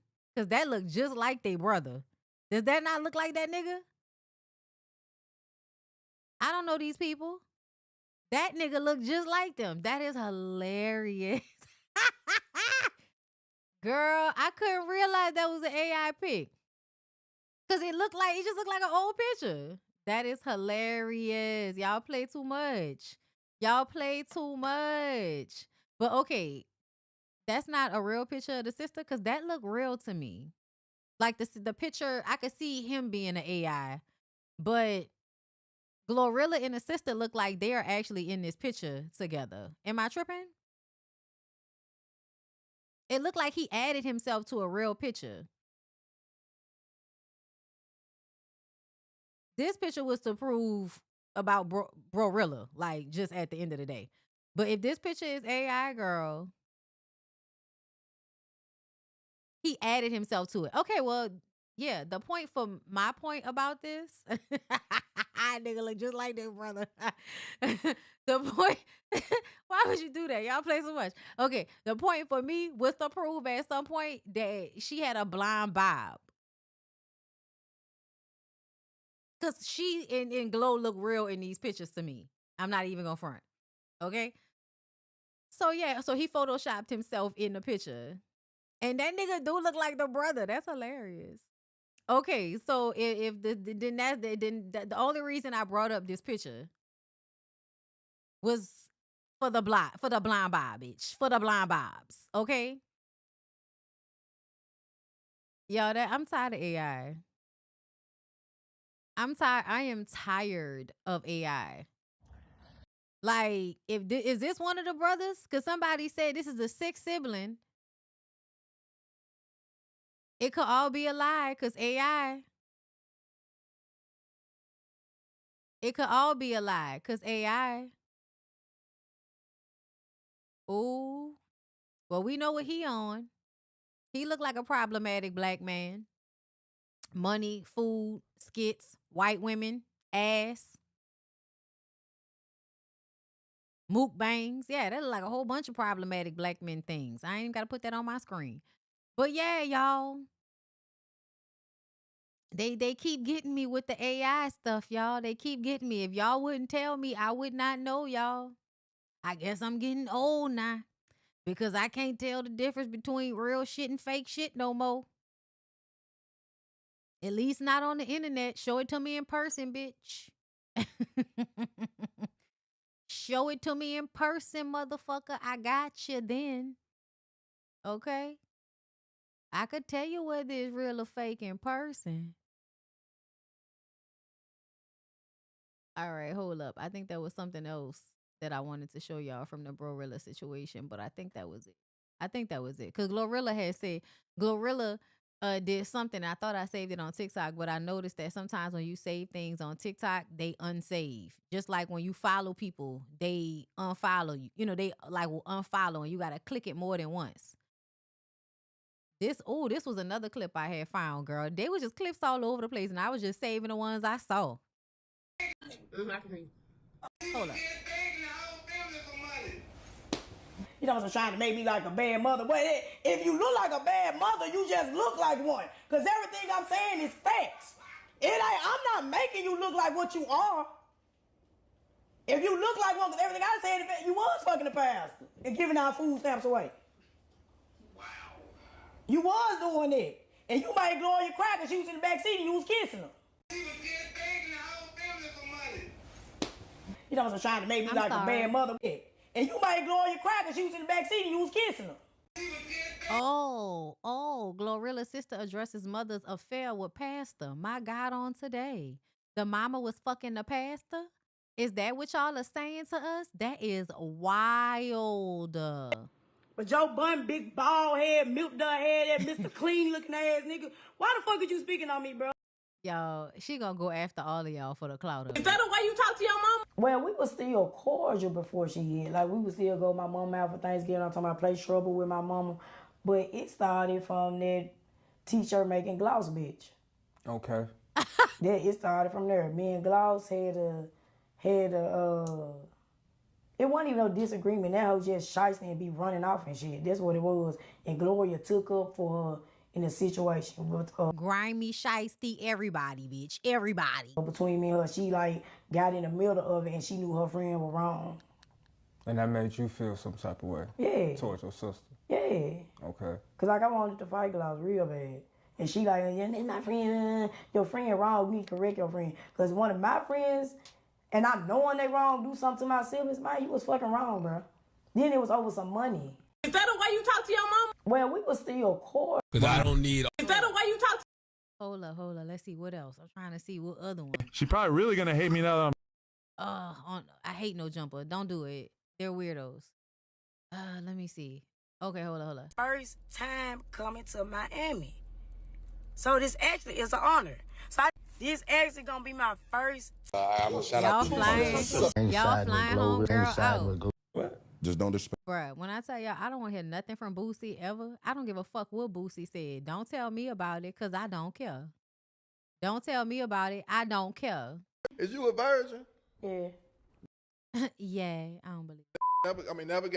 Never got pregnant. I sucked some dick before, but I ain't never got. How you feel about finesse? Oh, that fat thighs ass bitch. Man, don't get me on it, man, bro. Juicy booty ass hoe. Finesse. That bitch. He need to be trying to do a GoFundMe to get Suge out. Big strong head ass hoe. Finesse. If Finesse gonna love and hip hop, him and Suge snap though. That's what he need to do. He need to do something instead of this stream and shit. Bitch wanna sit on Twitch all day. Like, damn, did you get in the tub? Everybody like me. UFC stole my Reebok deal. I'm sorry. How you feel about finesse? Everybody like me as a comedian, so we gonna stick with comedian. I'm not gonna go to comedian to a rapper though, or a rapper to a comedian finesse. You know what I'm saying? Like, yeah. So you okay? Listen, do it, bitch. You listening? You take good instruction. That is very good. Sometimes people need a little push, but you could have did it without doing your sister like that. I'm not gonna lie.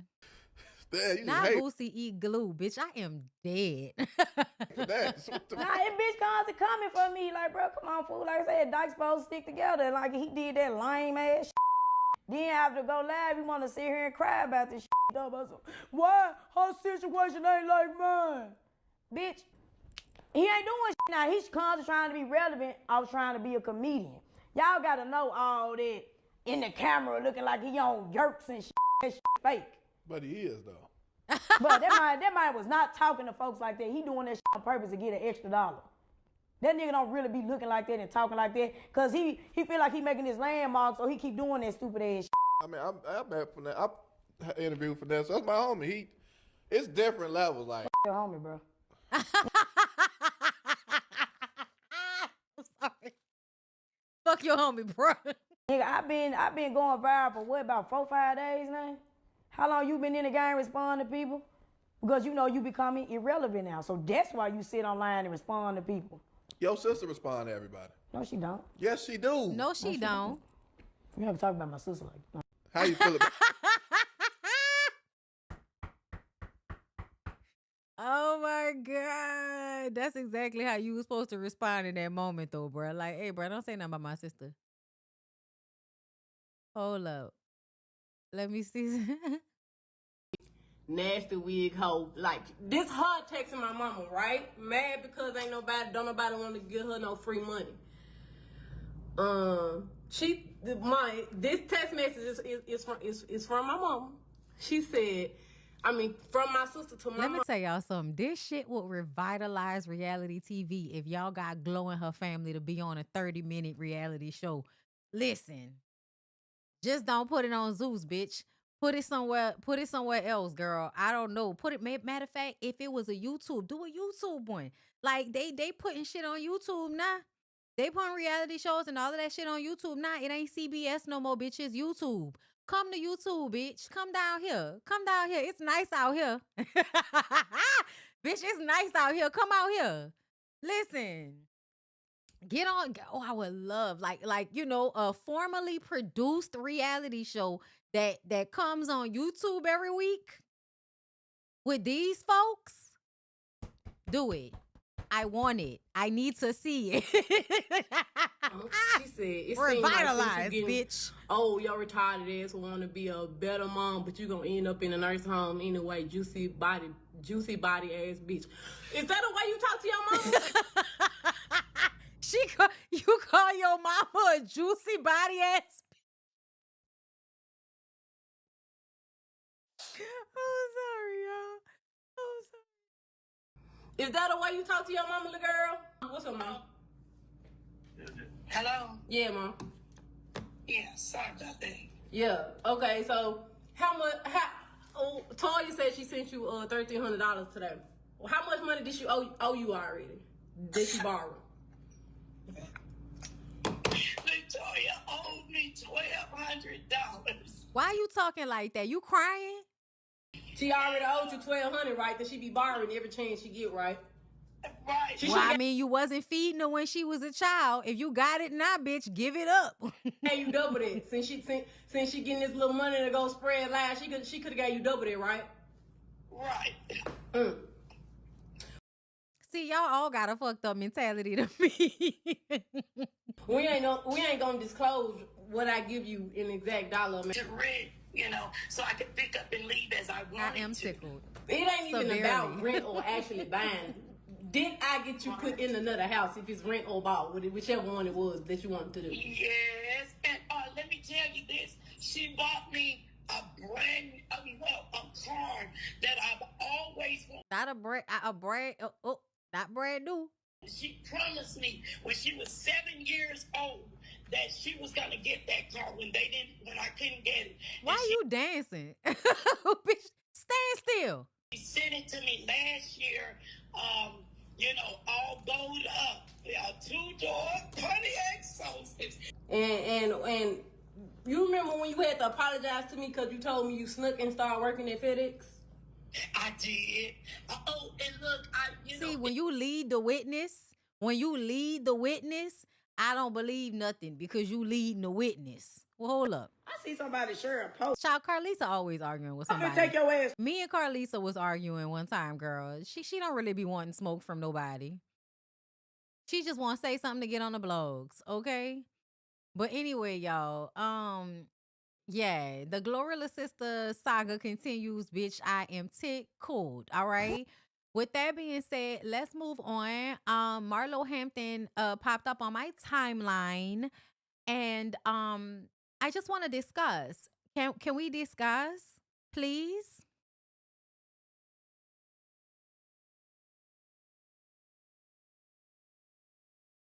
Listen, don't let me peer pressure you, bitch. Don't do it. All right, I gotta work out every day just so I could not be waking up coughing in the middle of the night. Okay, y'all. Marlo Hampton did this for her 50th birthday.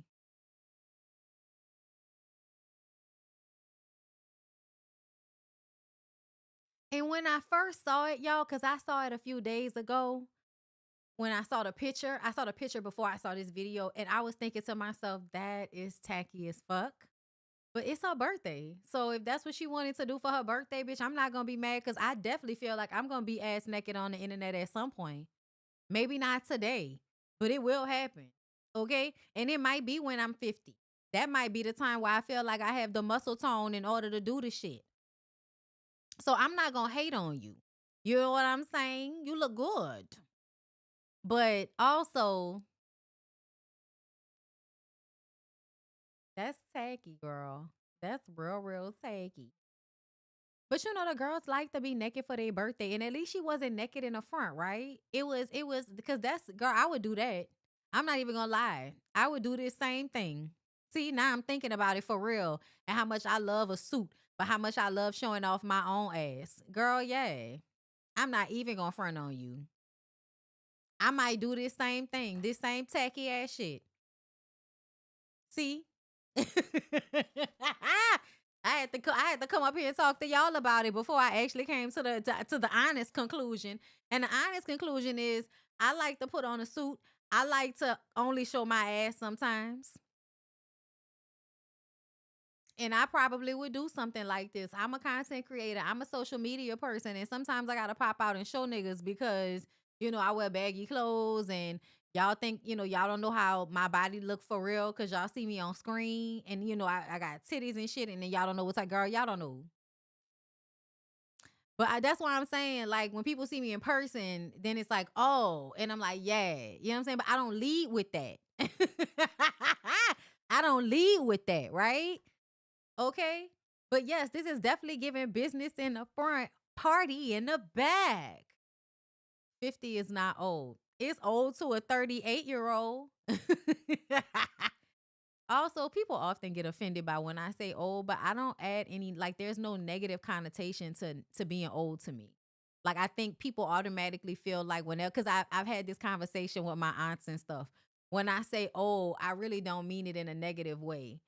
I don't say it as if I don't think one day I'll be old. No, I already think I'm old. I already think I'm old, but old is relative. No, I'm not old to a 50-year-old, but I'm old to a 22-year-old. You feel me? It's all about perspective.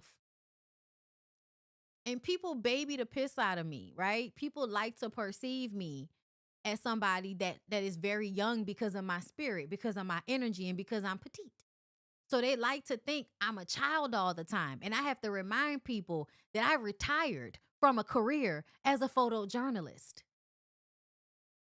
I graduated from high school in 2006. I graduated from college in 2010. Okay? I got married in 2017. Okay? Like, I'm just saying, I am an adult. But you know, I'm gonna call you old when I feel like it. I am. Cause I be saying it and everybody, we not old. Girl, what's wrong with being old? You are a year old, bitch. Like, girl, 38 years old. Don't call me old. It's just a word. It's just a word. But I want y'all to fight against this thing where y'all feel like there's something wrong with being old. Like, I need y'all to fight against, like, because I feel like that's a part of always wanting to be perceived as young. And that is aligned with the way we've been brainwashed by the pedophiles, right? To think that forever being young. I need to be okay with being old and getting old. Like, I need to be okay with it because I don't want to fuck with myself. And in order to be okay with how I age, I need to be okay with the fact that we old. I'm already sitting. I'm already fucking sitting. And I still said it with your old ass. Be mad. Be mad, get glad. Wipe your ass. And that's some old bitch shit to tell somebody. The fuck?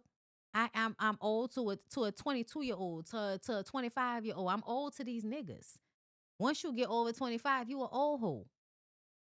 To somebody. I'm almost 40. And y'all in here telling me I can't say y'all old. We all old. Like a good baby father and like a good man. Like, I haven't seen it. Okay. You can't be dumb and stupid. You got to choose one. Can't be like you're like a good baby father and like a good man. Like, I haven't seen it. Okay.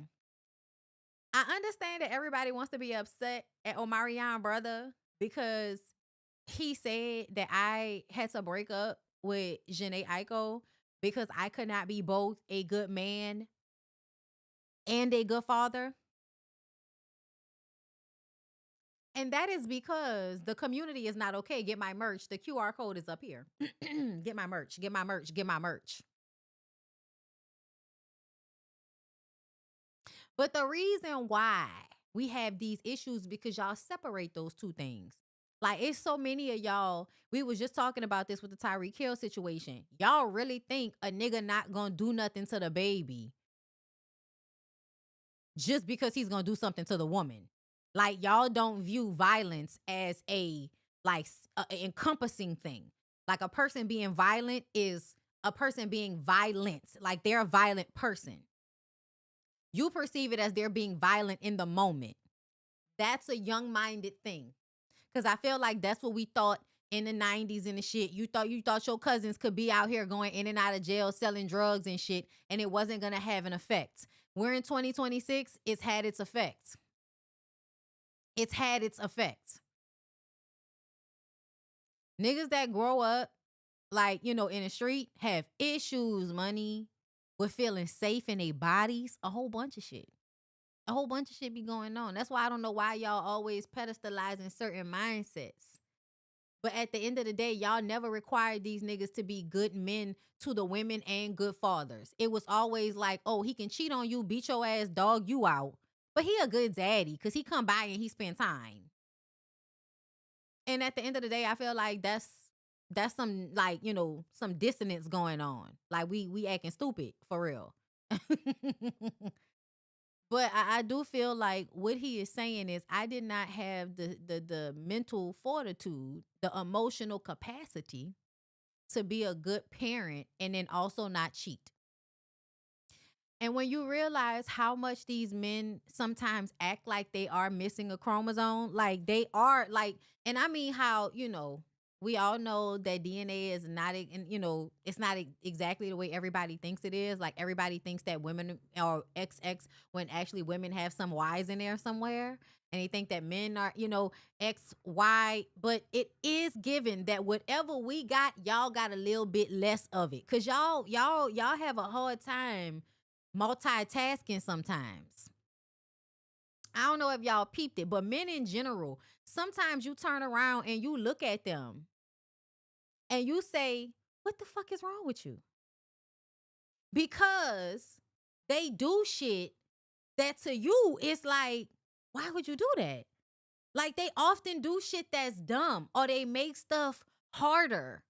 Like, is it just me that has experienced this with men, where you look at them and you like, this is that little one leg of that Y that y'all missing. Bitch, that little one, this is the part that y'all niggas is missing right here.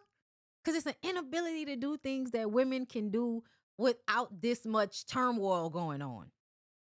It's really do like I can't compute. Like, that's how I feel like niggas be acting. So this actually made a lot of sense to me when I thought about it. Because a lot of people don't know men that are good to the women and good to the kids. They don't. I really can't think of any. Not really. Because for men, a lot of times being good to a woman means neglecting children, and being good to children sometimes actually means using your children as a way to not be responsible with a woman in a certain capacity, or to still have access to her once she's no longer in a relationship with you. So, yay.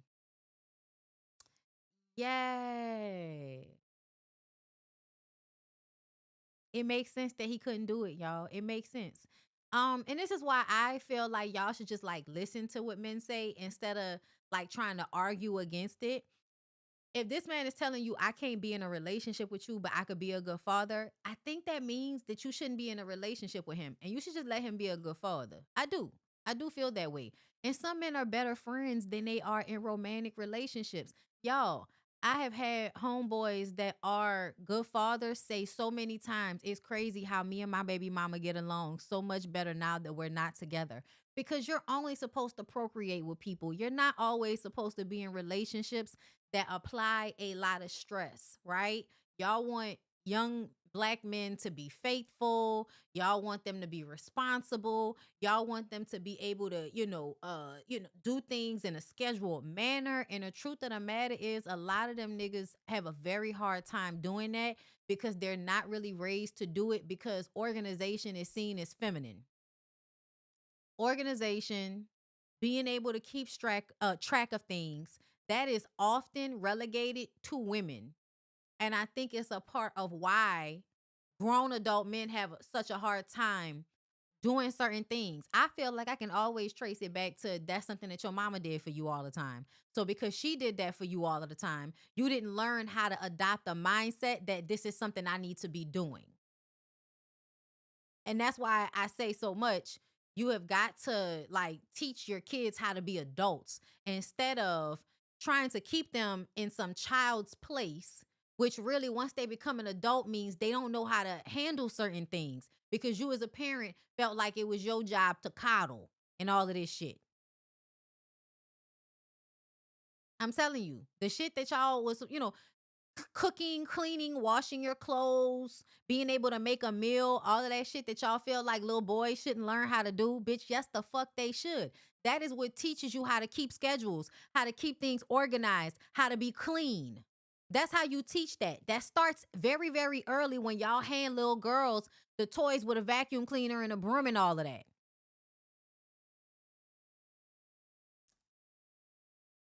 I mean, because it's a generational thing to me, because my father was a boomer, anally clean, because his father was like OCD. So the men in my family, like on my father's side, like were clean to like a OCD level. So yeah, I didn't even grow up like understanding how much like cleaning was happening in our household. For real. Like, I had to do certain things, so I know how to clean. But at some points, we had people come in to clean. My dad was a clean as you go type of person. And if you don't have everybody in the house on their P's and Q's about that shit, it is so hard to keep a whole house clean if everybody in the house is not like that. And y'all don't raise these niggas to be like that. A lot of people was not raised like my daddy to be cleaning the baseboards. Like, what the fuck is this? Yeah, no, clean this again. Like, that's the type of shit we had to go through when I was a child. I was cleaning the tub when I was like, what, 6, 7? Like you learn how to clean things very early. So I don't be understanding, but that's a part of the problem to me about why men sometimes can't do both things, because y'all don't raise them to do both things. So I saw this online and I thought this was very interesting and I wanted to see how we felt about this. Okay. It says, women are territorial, so sending your baby mama $500 for her birthday could be an issue. Know your audience. LOL.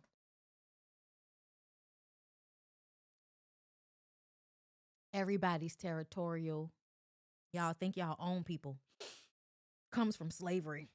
And also because y'all don't realize that marriage was always a form of slavery. Women are a form of currency, and marriage early on, like prior to recent times of the 1950s, was something that was done out of necessity and in order to grow wealth in people's families, or to just help, right? To have another family to depend on.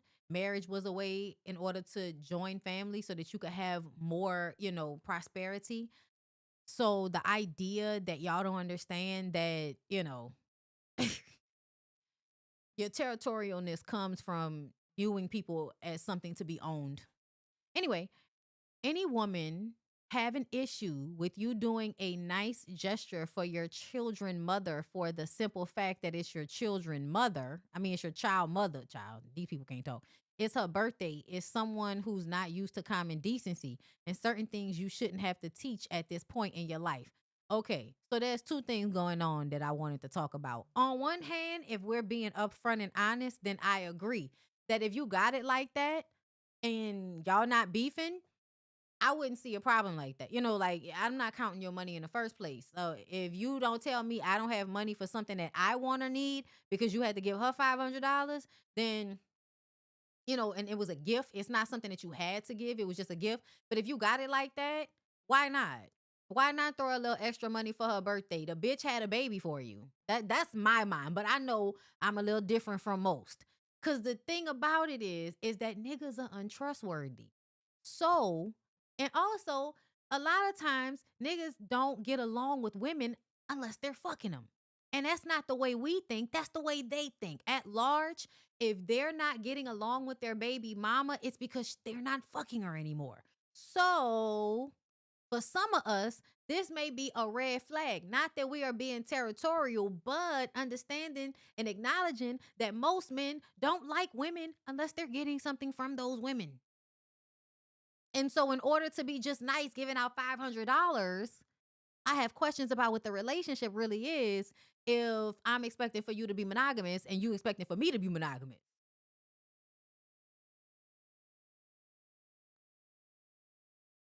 But I just feel like,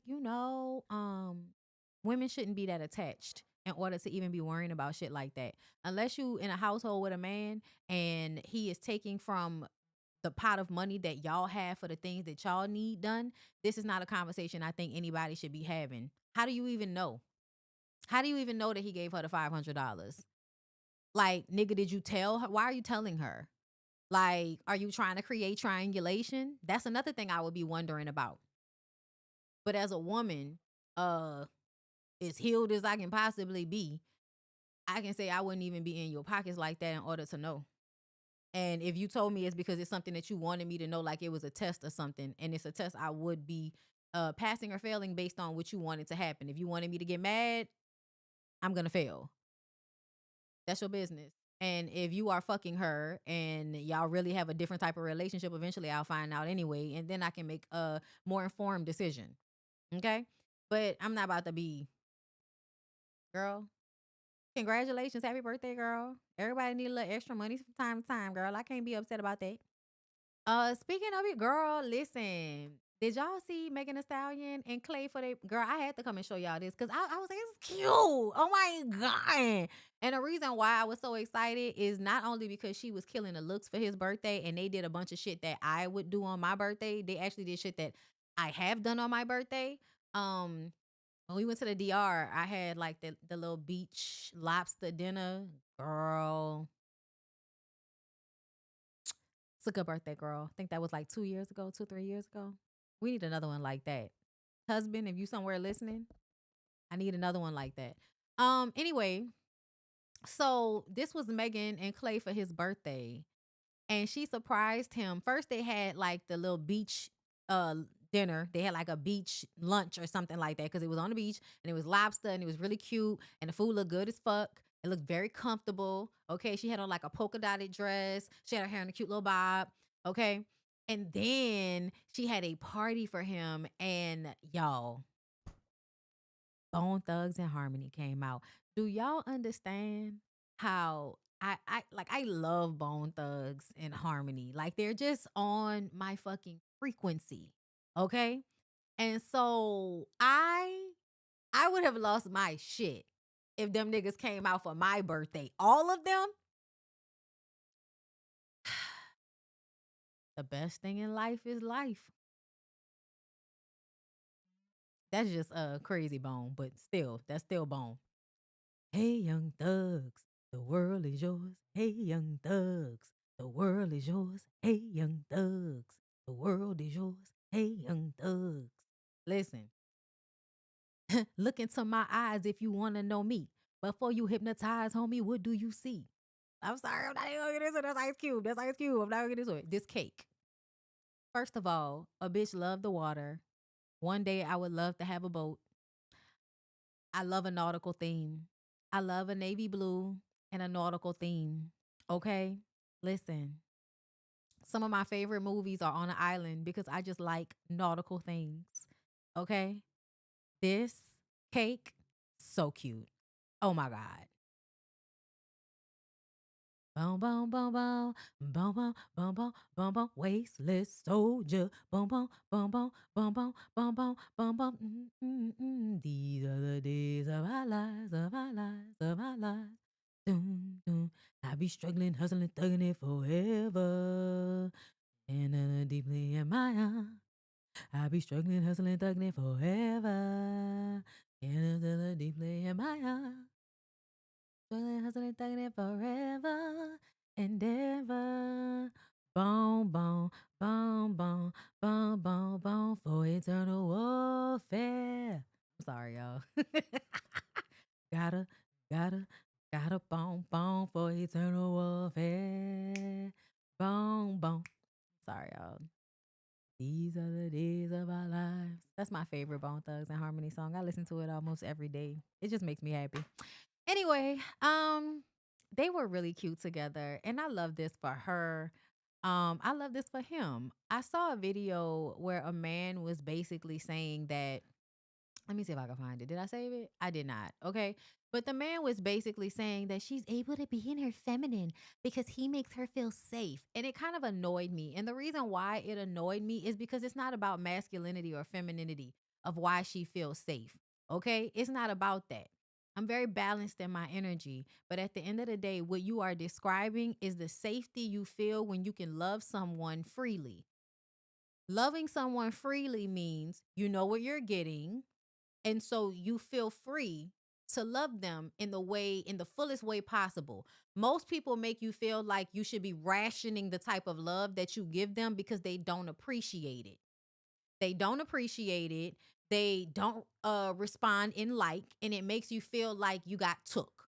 It makes it feel as if you are giving all of this love and all of this attention and affection to someone that does not appreciate it. Once you recognize the theme of that in relationships, you start to have a feeling of, I know I can't do this. I know I can't do that. I know I can't do this. I know I can't do that, because the person doesn't appreciate the shit. So they can't even get the fullest form of how you can love a person because you don't trust them because you can't trust them because they're a liar or because they are having a relationship with you where keeping you a little off kilter makes them feel more powerful in the dynamic. I've experienced that a lot in my life, which is why I'm so clear on people doing things intentionally to make me feel less than.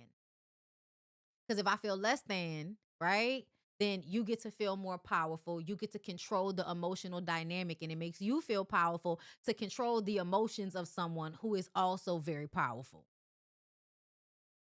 Something that I, as a person, would happily be giving over to people, not understanding that you're happily giving this love to somebody that doesn't reciprocate it, not because they don't know how, like they're telling you, but because giving it to you would mean there would be no imbalance, and they need there to be an imbalance. So what people are actually talking about is the safety of being in a relationship with somebody that is not purposefully creating imbalance to have a power struggle with you.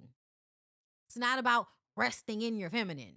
Because ultimately, to be a woman, to go through childbirth, to have a period your entire life, all of it is gruesome and painful shit. It's not pretty. The things that y'all say identify us the most, the things y'all say that make us women and all of that, that shit is not pretty. That shit is not cutesy. That shit is not soft.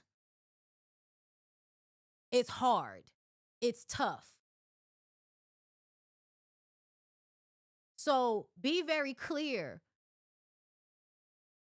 about what it means to be a woman and how your femininity or your masculinity is not dictated based on other people around you. Because I feel like that's what bothers me. Like this idea that people outside of yourself are affecting whether you are feminine or masculine in a moment. Well, no, we are all encompassing. We are both things. And at certain times, something has to come to the forefront. Just like an emotion. We have 100 different emotions that we can have sometimes. At different moments, one emotion has to be in the front. And that's just what it is. Because I really feel like this femininity and masculinity talk is used in some ways to discount women's femininity and to masculinize us for living life as adults and doing things for ourselves. And it's meant as a Jedi mind trick to make you infantilize yourself so that you can give your power over to somebody else. It's a trick. That's all. But she looks amazing. The relationship looks very fulfilling for her.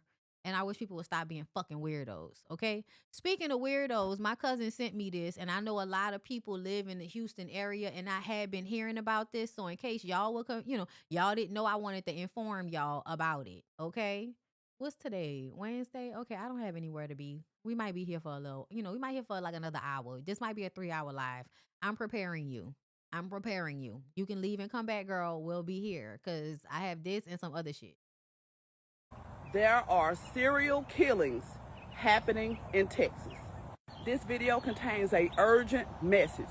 Please make sure you watch the video all the way through and please share the video. In Houston, Texas, if you plan on visiting Texas, be careful. If you live in Texas, be vigilant. Wherever you go, make sure you take somebody with you. Right now, I wouldn't even travel to Houston, Texas. They found at least 15 people. They found 5 bodies in the bayou in 1 week alone. And I heard about them finding bodies in the bayou, I want to say in the past couple of months.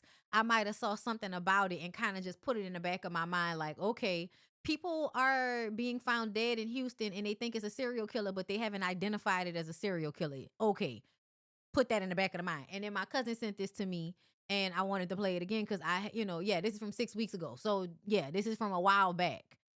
But my cousin sent it to me and I have family that live in Houston. And I just want y'all to be aware of what's going on because, a lot of shit be linked. A lot of shit is trafficking and all of that.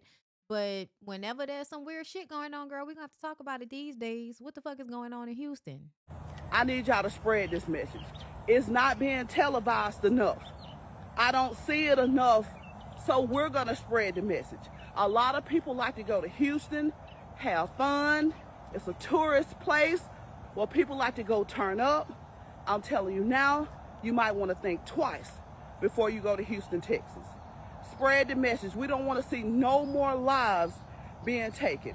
And I will be back out there in Houston soon because I need to go to this oyster. You know, I need to go to Clark's. I need to go to Clark's, girl. That's just really what's going on. I need to go get me some Texas oysters because apparently, I don't know what the fuck is going on, but I feel like it's some weird thing that happens between Louisiana and Texas where we don't get Texas oysters.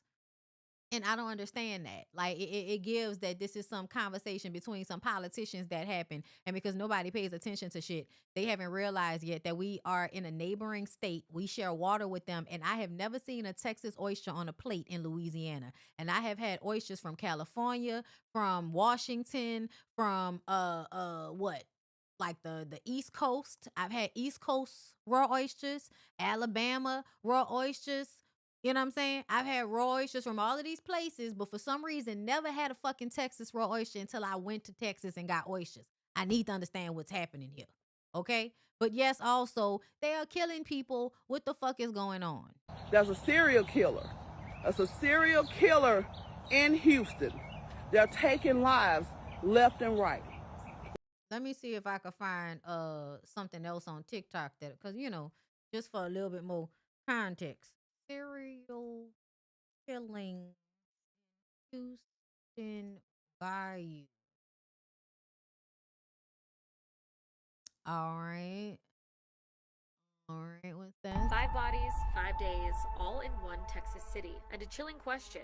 Could there be a serial killer on the loose? Since 2017, almost 200 bodies have been pulled from Houston's bayous, a number so staggering it's left the city on edge. According to newly released data, 189 bodies have been recovered in the last 8 years. 17 were ruled murders. 75 more are simply marked as unexplained.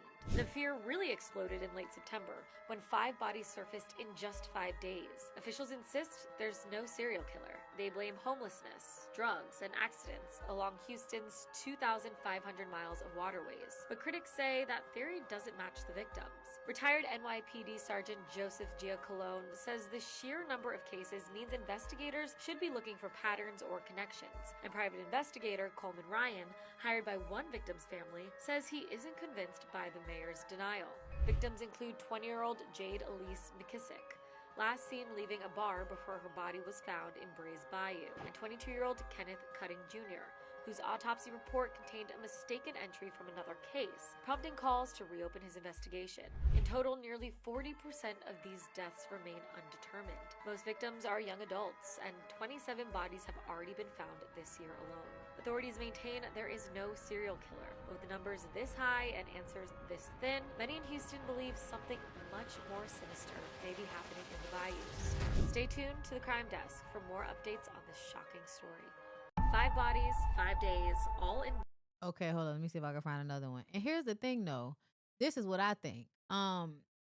Bayous are places that people drop bodies. And so I think it depends on what is connected to this bayou, because I don't know. But it's probably connected to some channels. And so people in a certain area go to drop off bodies, you know, and a lot of people might be aware this is a good spot to drop bodies because it's going to move and it's going to have so much sludge and shit on it. It'll probably get rid of all of the evidence once you put it in that water, right? To connect it to anybody else. You can have evidence of something on somebody's body and shit, but, you know, DNA and all of that. Also in the bayou, they might get eaten by alligators and shit. That's another thing. Because, you know, bayou got gators in it. Let me see. 6 bodies in 2 weeks, 20 plus just this year. Houston's asking, is there someone out? Hold up, I'm trying to see if there's anything more recent.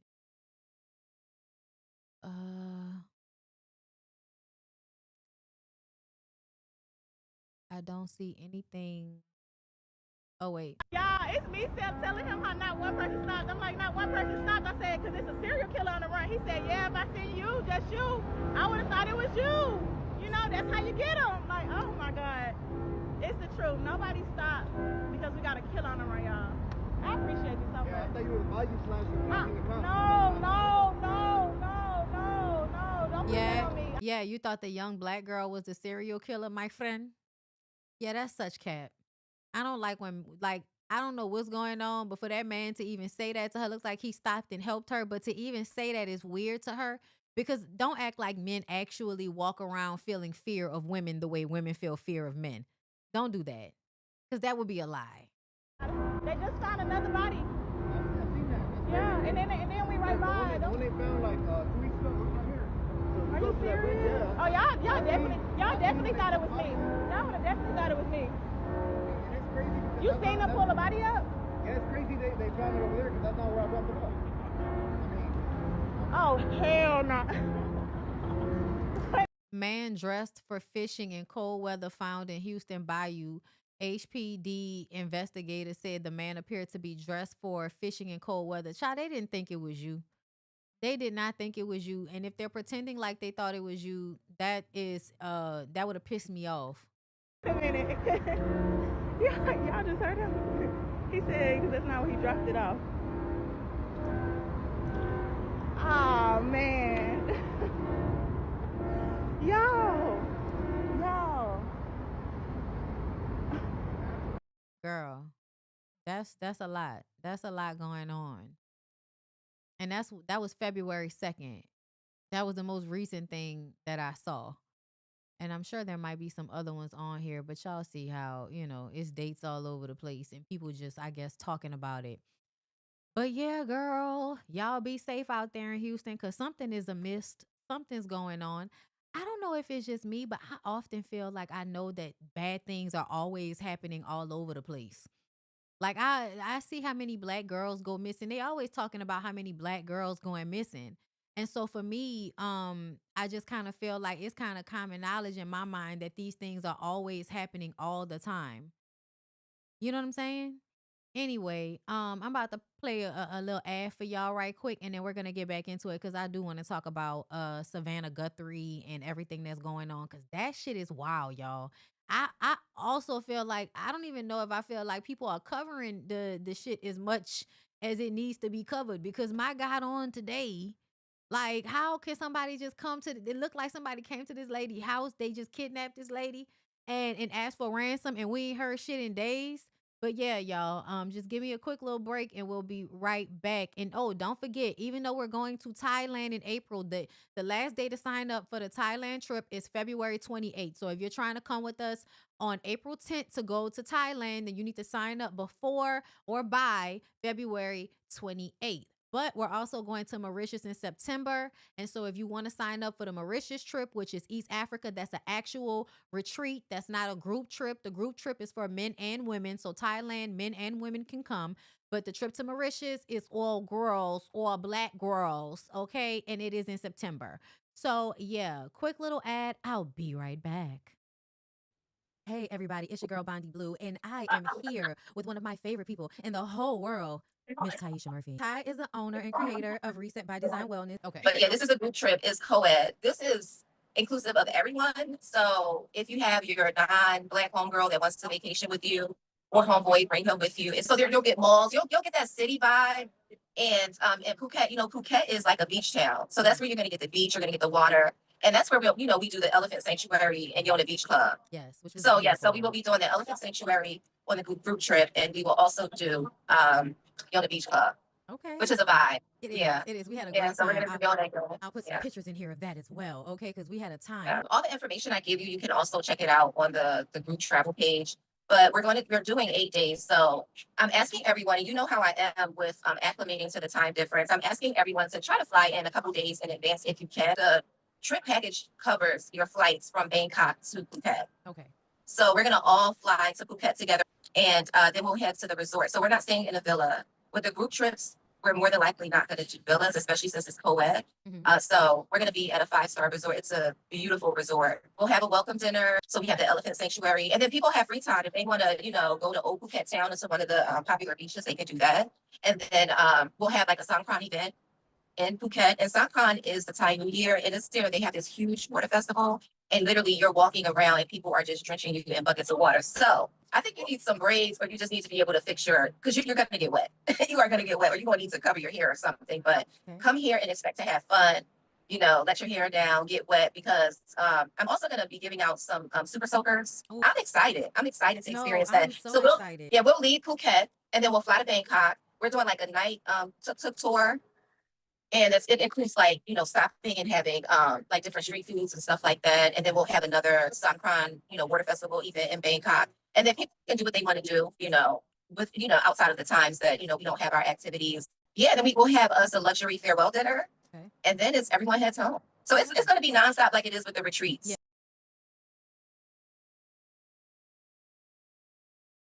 All right. So if y'all trying to come with us, you should. All right. Now, let's get into Samantha Guthries. So, y'all, authorities have released new surveillance images and videos connected to the disappearance of 84-year-old Nancy Guthrie, the mother of Today Show host Savannah Guthrie. The photos and footage show an armed person wearing gloves and a hat appearing to tamper with the front door camera at Nancy's Tucson, Arizona home in the early morning hours on February 1st, one day after she was last seen. Officials believe she was taken against her will, and a trail of what appears to be her blood was found on the front steps, prompting investigators to treat the scene as a criminal case. Pima County Sheriff Chris Nanos shared a statement with law enforcement partners alongside the photos, saying in part, "Working with our partners as of this morning, law enforcement has uncovered these previously inaccessible new images showing an armed individual appearing to have tampered with the camera at Nancy Guthrie's front door the morning of her disappearance." FBI Director Kash Patel also shared the footage online. As reported, alleged ransom notes tied to Nancy's disappearance were sent to media outlets, and Savannah and her siblings made an emotional video plea on Instagram asking for proof of life and urging anyone with information to contact authorities. So, yeah. He said over the last 8 days, the FBI and Pima County Sheriff's Department have been working closely with our private sector partners to continue to recover any images or video footage from Nancy Guthrie's home that may have been lost, corrupted, or inaccessible due to a variety of factors, including the removal of recording devices. The video was recovered from residual data located in back-end systems. Working with our partners as of this morning, law enforcement has uncovered these previously inaccessible new images showing an armed individual appearing to have tampered with the camera of Nancy Guthrie's front door the morning of her disappearance. So this is some Savannah Guthrie. We don't know where. And we need your help. So I'm coming on just to ask you, not just for your prayers, but no matter where you are, even if you're far from Tucson, she was taken and we don't know where. If you see anything, if you hear anything, if there's anything at all that seems strange to you, that you report to law enforcement. We are at an hour of desperation, and we need your help. If you see anything, if you hear anything. Okay. So that was one. And then here we are. A person of interest was taken into custody Tuesday as investigators intensified efforts to locate Nancy Guthrie following her abduction from her Arizona home.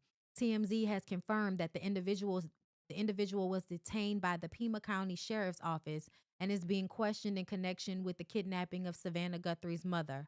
A law enforcement source directly involved with the investigation emphasized that the person in custody is not a member of the Guthrie family. Authorities previously told TMZ that their working theory centers on a suspect from the Tucson area who authorized the ransom note sent to local Tucson television stations as well as TMZ. Investigators believe those messages provide key insight into the kidnapper's location and movements. Earlier Tuesday, the FBI released the first images of the apparent abductor, distributing the footage publicly the same day it was obtained in hopes of generating tips. As reported, the suspect claimed Nancy would be returned to Tucson within 12 hours of receiving a $6 million ransom, suggesting the individual was operating within roughly a 700-mile radius of the city. 2 ransom deadlines outlined in the notes have since passed, despite Savannah Guthrie reportedly attempting to make contact and offering to comply with the demands. Yeah, I think that whatever happened, it wasn't because they didn't pay. Like, something must have happened. I don't know. But this is, y'all, it's such a odd story. It's such a odd story. And honestly, 9 times out of 10, that lady, may not be alive. Like, and I'm sorry to say that, but just considering how much time it's been, let me see. This is the man. The man detained. He looks crazy. I'm just saying in the eyes. In the ongoing mystery surrounding the disappearance of 84-year-old Nancy Guthrie, mother of Today co-host Savannah Guthrie, a man briefly detained for questioning by Arizona authorities is now speaking out after being arrested. The unnamed man, who identified himself as Carlos, says he was stopped by Pima County Sheriff deputies south of Tucson during a traffic stop and accused of kidnapping Guthrie. So they didn't have no evidence on you whatsoever. You still look crazy in the eyes to me, though. Okay, y'all, I don't trust men in general. I'm sorry. You show me any man and say he did something, I might believe he did it. Cause what are the stats? Anyway, according to his account, he was held for hours before being told why he was being questioned, and insists he's not connected to the case. That doesn't make any sense, but y'all are racist and y'all are doing weird shit with the brown people. So I can imagine that this man could be telling the truth.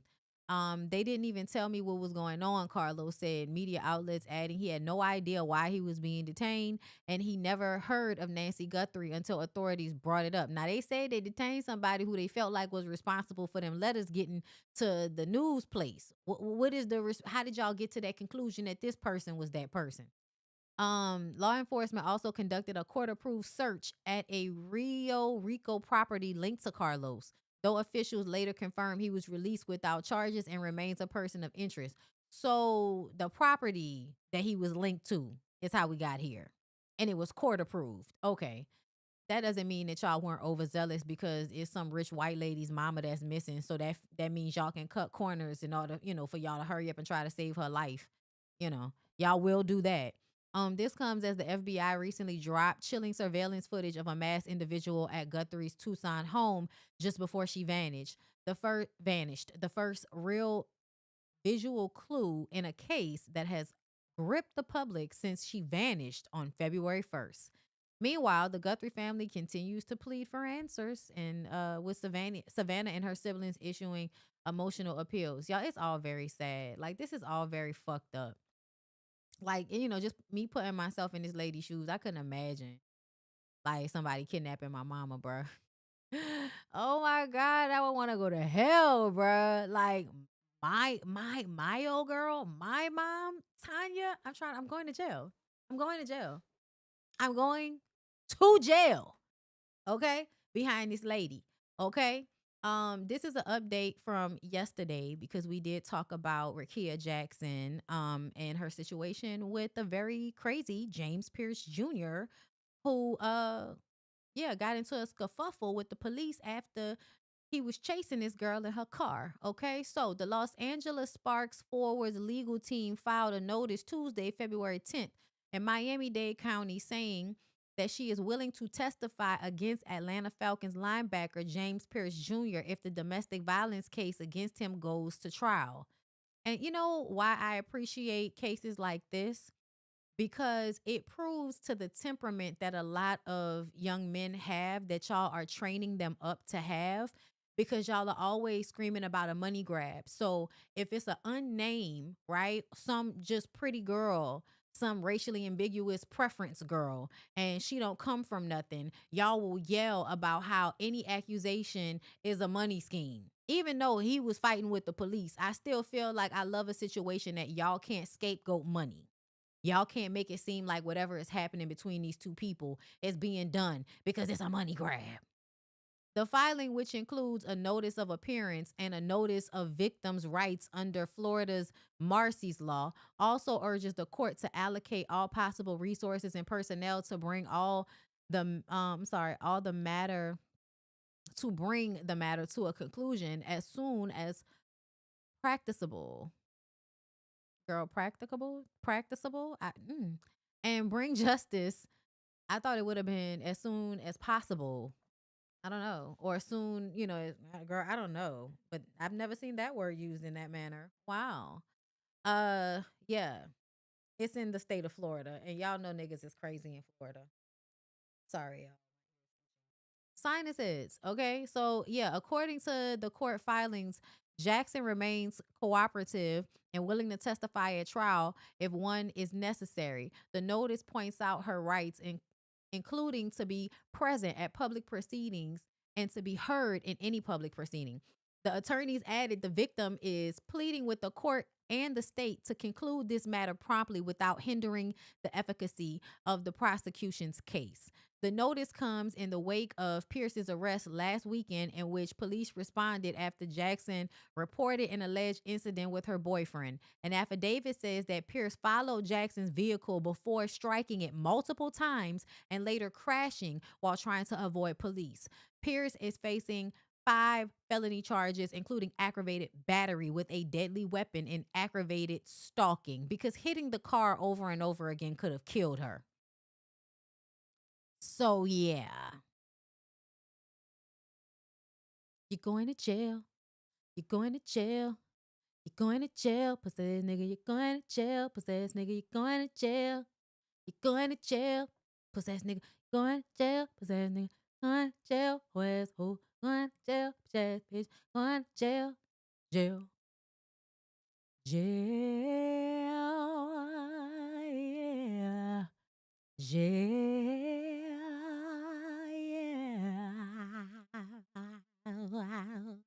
All right. Thank you. Mike Epps. So y'all, Mike Epps had said, hold up. This what he said. Y'all, Mike Epps be reminding me of my uncle. I'm not gonna lie. My uncle I just showed y'all on his live. They look alike and they both are unhinged. Okay? Here we go.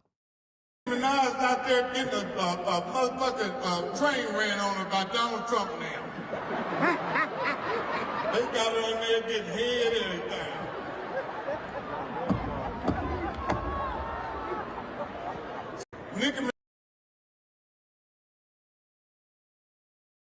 It was not that funny. And it was something an old man says when he can't think of anything else lewd to say.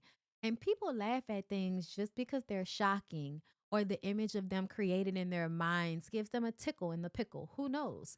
But yeah, he had to come back and apologize for this joke because it went viral. I believe somebody in the audience might have like argued with him too. Minaj out there getting Like, I think the original clip that I saw that I did not save because Mike Epps is problematic. He's always problematic. And he doesn't give a fuck. And the only reason he's probably apologizing is because it might have fucked with some money on some level. But I wouldn't apologize for shit. I wouldn't apologize for anything if I was him. What's up, y'all? It's your man Mike Epps. Y'all know I'm Mr. Accountability.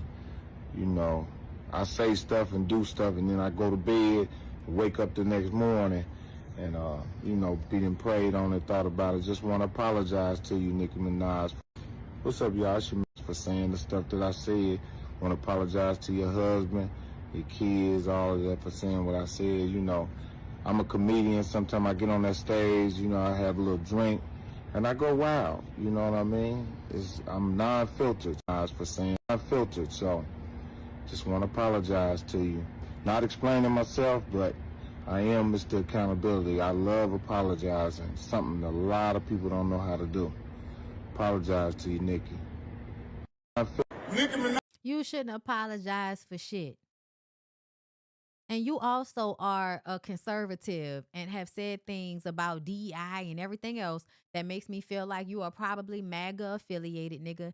You may not be saying it out loud because it would not be in your best interest to pack houses with black people calling yourself MAGA, but I can pretty much guess how you voted based on some of the shit that you say. So yeah, I know why you're apologizing, and it's not because you made a lewd joke about Onika. You make lewd jokes all the time and you don't give a fuck. What you apologizing for now? Uh-huh. Uh-huh. Uh-huh. Y'all know that nigga been on a whole little I've changed, I've grown thing he got going on. Anyway, let's move on. Former Real Housewives of New York star Jill Zarin fired from E's The Golden Life after criticizing Bad Bunny's Super Bowl halftime show. Oh my God. Drunk ranting from white women Let's listen. So we all agree. I love now we Peja. all I agree. think it's I agree. terrific, I said but- it before that it was the worst halftime show ever, and it's. How did you know that it was the worst halftime show ever before it happened? How did you know that, girl? 250 years that we're celebrating right now in the United States, and I just don't think it was appropriate to have it in Spanish. And quite frankly, I didn't need to see him grabbing his, G area. Oh, bitch, you were turned on. Miss me with the bullshit. That's why you watched it, because he's pretty. I think he is very pretty. Oh my God. It was totally inappropriate. You've got all these young kids watching the Super. Like, people keep talking about it. People are insinuating it. Everybody's like, oh, Lady Gaga. Yeah, they're saying that Bad Bunny is one of the kids. And I'm sure he is. Like, he gives, I'm one of the kids, but I can't tell y'all I'm one of the kids because I'm Puerto Rican. You know what I'm saying? But I don't care. I don't think anybody really cares. Super Bowl, and he doesn't have to be grabbing himself every 5 seconds. Is he so insecure? He was not grabbing himself that frequently. I don't know what you're talking about. It was just like that one moment. Like, and also, girl, what? Seriously, I did. That's y'all way of trying to like deflect from being racist, is to try to act like somebody was being hypersexual so that you could try to make them out to be the pervert that you actually are. Because I wasn't thinking about fucking when I was watching his performance. It actually had me emotional. I was thinking about like all of these different ways that, the people come about, like coming from these fields, coming from the earth, coming from being out in the goddamn grass, slaving and shit, and then turning it into a culture with all of this color and all of this, all of this dancing and all of this enjoyment and all of this costumery. Like the things that we create, especially the stuff that we get to show off during Carnival, okay, all of us, because everybody got a Carnival. That's when Mardi Gras, we have one, and then the Brazil people be having one, and the other islands be having their carnivals, and we get to see the video online of bitches, with barely nothing on, but what they do have on is very beautiful and sparkly, and they just are dancing and shit. Girl, what? I don't know. I love the culture. I love the culture that everybody brings. And the only people that don't bring any real culture are y'all. I'm sorry, like American white people, y'all are the only ones that, what do y'all bring? Like oppression, racism, American flags that you're not supposed to put on clothing, but you still do? Didn't understand it. I don't speak Spanish. I would have liked to have known the words he was saying. Then you could have put on a translator, bitch. You could have, his songs are charting and topping. Do you know what we used to do when we wanted to learn and know what was being said, bitch? We went and looked up the lyrics. That's what we would do.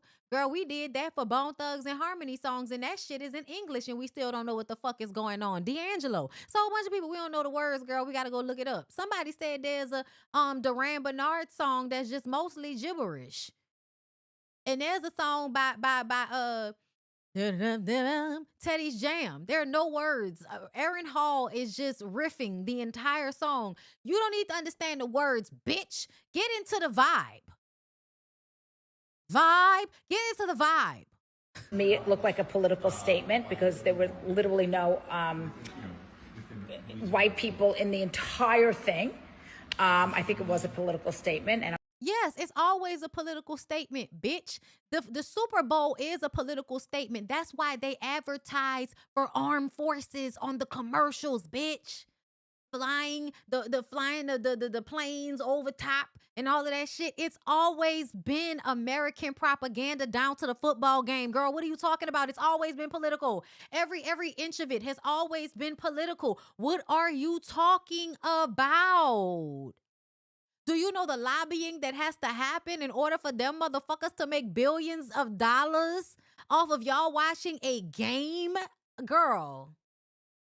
I'm not taking a side one way or the other. Yeah, you are. You're a racist. You're a drunk ass racist. Jew. I think it was. You didn't even see the white lady that was up there. There was a white lady. Lady Gaga, Stephanie, a white lady named Stephanie, sang in English. Oh, Dios míos. An ice thing. And I just think that the NFL sold out, and it's very sad because this is 75 years. And, shame. And Lady Gaga got a facelift. I didn't recognize her. I literally had to Google her face to see who it was because we all couldn't agree. Girl, I know you not fucking talking. Who it was. So that was kind of fun in the middle of halftime. Oh, so you were still having a good time as you were watching the most watched Super Bowl halftime show of all time. At least it gave me something to do because it was so hard to watch. You're an idiot. If it was so hard to watch, you could have changed the fucking channel. Why didn't you watch Kid Rock with his tight ass pants on? Why didn't you watch him? Why didn't you watch him jump around the stage with an American flag behind him? Why didn't you watch the Turning Point USA version? Why you didn't watch that? There was something very white for y'all, and you didn't watch it. You decided to instead watch the Puerto Rican people and complain. Puerto Rican people are American, bitch. They're a territory. They're American. All you got to do to be American is be owned by America, bitch. That's all you got to do. It's not hard. Oh, you owned by America? Whoops, you're American.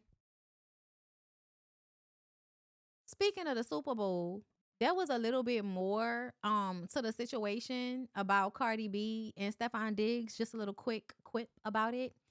So apparently, this is what the story is. It wasn't just that the baby mama was there. She wasn't supposed to be there. So the word on a curb is that Cardi B actually orchestrated for all of his family and everybody to be there and have an after party situation.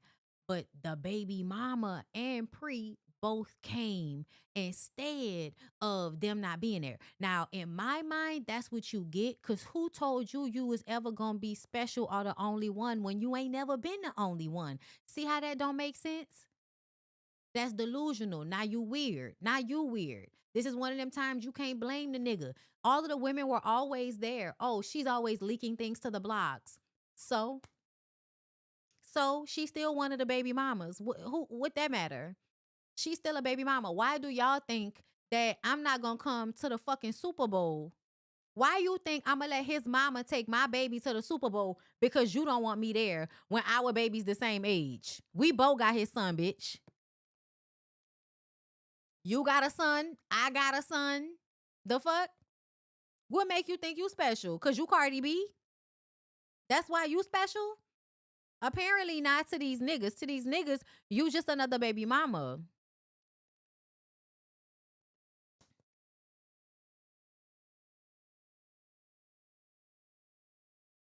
I'm just saying. I'm just saying.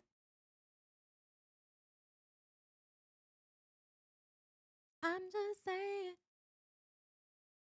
So yeah, y'all, she paid $1.2 million on an after party for Stephon Diggs. An event neither of them attended after she found out Diggs' other baby mother had front row seats with their newborn while repping his jersey number. Girl, what did you think it was going to be? Why didn't you think it was going to be this way? Why didn't you think it was going to be this way? Oh, no. You should have known better. You should have known better. You should have known better. Okay, so y'all, I'm not going to play it. But Sexy Red got a song coming out. You don't put this in. Ashley, don't put this in. But y'all, this is Sexy Red in the studio right now. And I hate y'all so much because first of all, no. Like sonically, I think it's ridiculous to spend the amount of money that y'all spend on creating the sound clashing off key strained vocals that Sexy Red is giving y'all when she makes a song. And the funny part about it is the New Orleans girl in me has an appreciation for this type of music because we jokingly do this, right? In New Orleans, we jokingly sing songs off key, loud, with ignorant ass lyrics. We often do this. This is a part of our culture. It's a part of the reason why I have to add bitch to songs that have no word bitch in it. That's so fucked up. That's misogynistic as hell of me. So every time it's a woman, I'm like, this is between bitches. And it's because I'm being funny. It's to be funny. It's not serious, right? These people are serious though. They being funny, but they're also serious. Sexy Red is from Baton Rouge. I be forgetting this because, yeah, some of my little family members know a dude, and they told me that she a weirdo. Like, my little niece and them told me that the girl is a weirdo. And I'm like, you don't have to tell me. I can look at the bitch and see she a weirdo. I didn't need personal, like, anecdotal information in order for me to derive at the location of Sexy Red being a fucking weirdo. But I do appreciate the backstory. Shout out to my little cousins and shit. Okay?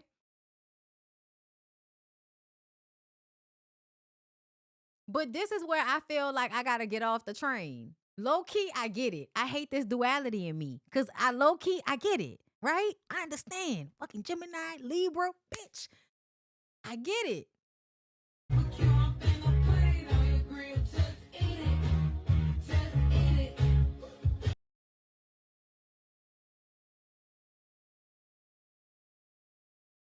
You gotta show them that you really not scared. You playing with this pussy, you better be a man.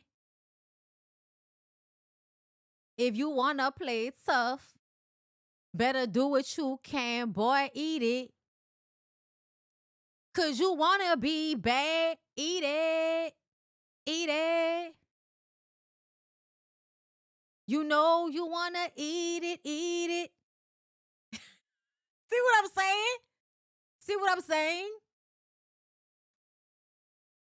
I don't want to be this way though. Like, I don't want to be this way.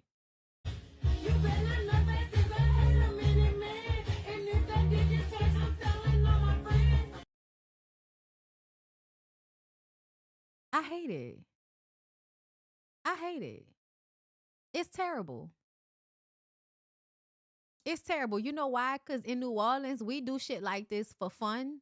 But when it go on wax, bitch, you better sing on key. Once we get in the studio and we get in a booth, you not about to play in this booth, bitch. You better try to hit that note. Do it again. Listen, I feel like y'all playing too much.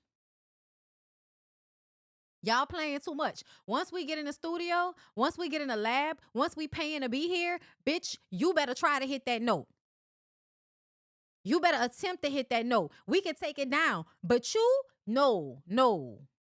You cannot get up here and sing out of key this hard. No, you cannot. No, you cannot. Not in here. You can do it on your cell phone. You cannot do it in the studio. The fuck? So no, I'm not here for this. But I am also tickled. And it is also something that we would do jokingly. Just making up shit. Yeah. I'm slightly ashamed, but not really. Because I ain't never get in the studio on wax and really try to sing off key. Because that's how it, what? Put on Deborah Cox. Hoes can't sing. How did you get here? Bitch, you not supposed to be here. Ho. You tried that fucking game with me for the last time. My heart said fuck no. Nobody's supposed to be here. Nobody's supposed to be here. Came a long way. I had to pull myself away from the mic. But this is how we would be. This is how we would be. I spent all my life on a search to find. Listen, love will make you do some crazy thing. So I place my heart under lock and key. Ooh, yeah. Take some time and take care of me. She from St. Louis. I don't know how she ended up being down here in Louisiana, y'all. But she be down here. But I turn around and you standing here. What? Here. Oh. No, nobody. No, no, no, no, no, no. I'm sorry, y'all. I'm sorry. Okay.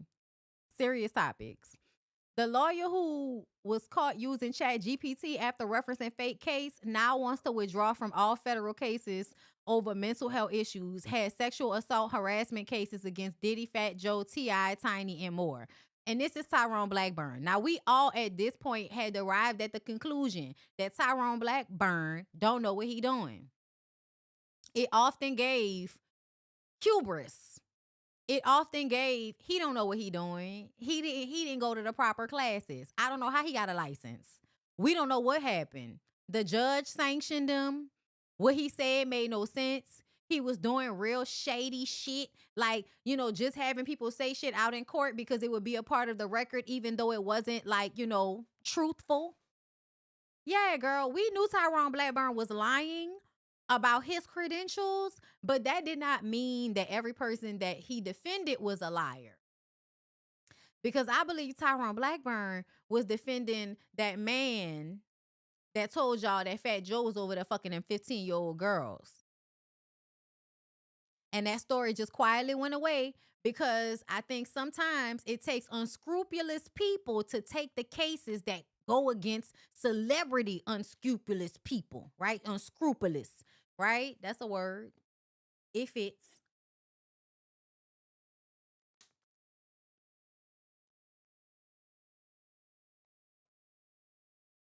Because I still believe what them people said about Fat Joe.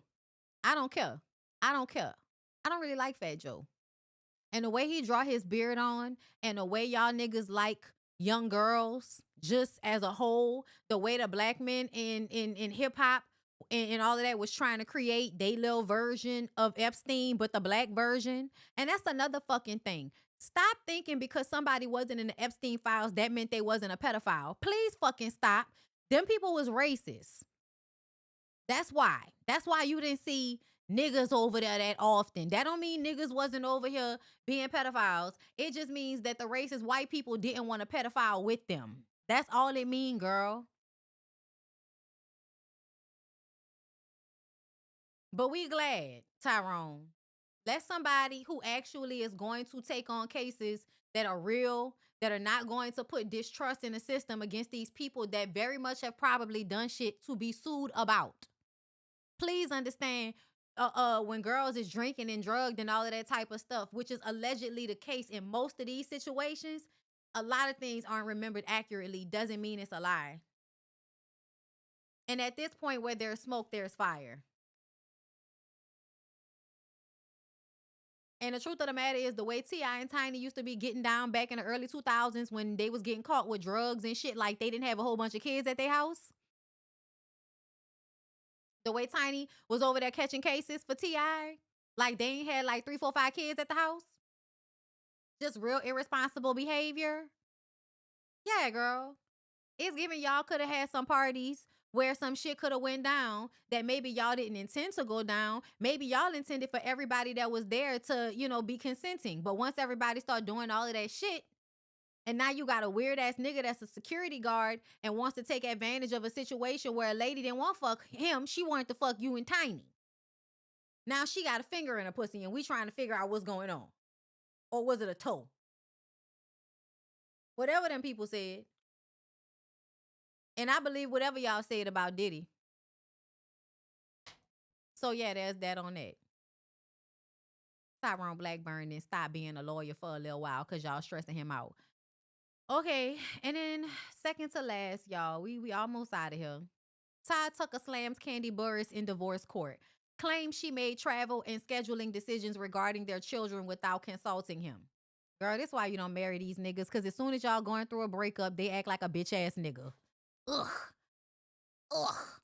New court filings in the divorce between Kandi and Todd reveal Todd is pushing back aggressively and asking the court for expanded authority over their children. According to Urban Bell magazine, Todd is requesting that a Fulton County judge designate him as a temporary primary custodial parent arguing. It's from 15 hours ago, y'all. You know, you're taking a lot of air when you talk for 3 hours. It makes you belch. Excuse me.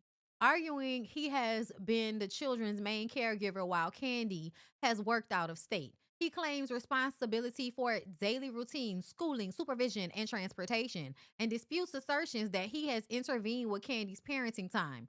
Todd also challenges Candy's account of a Christmas travel dispute, stating he personally transported the children to New York so she could spend the holiday with them. He contends tensions arose because travel plans were made without his child consultation, not because he attempted to block access. I don't believe nothing you saying, Todd. I don't believe nothing you saying, Todd. I don't believe you. I don't believe you. I feel like Candy would do everything to make this situation easy peasy. And you would make it difficult because you want to have some power. You want to be, because that's what it really has always been about. The conversations that I heard y'all having, you always were trying to figure out a way how to have dominance and power over Candy.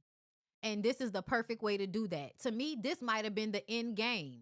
This might have been the end goal, to have children with you, create a life with you. Also, he could use it to have power over you after the fact. Because then he can go and fuck whoever he wants to fuck and then still have control over your life through the children. This is what most niggas do, just so we're clear. A lot of niggas have babies with women to trap them so that they can always have access and control over those women's lives by way of children that they pretend to care about. And I'm not saying that Todd don't care about his kids, but he is inflating how much of a parent he is to them, if you ask me. Todd also, on child support.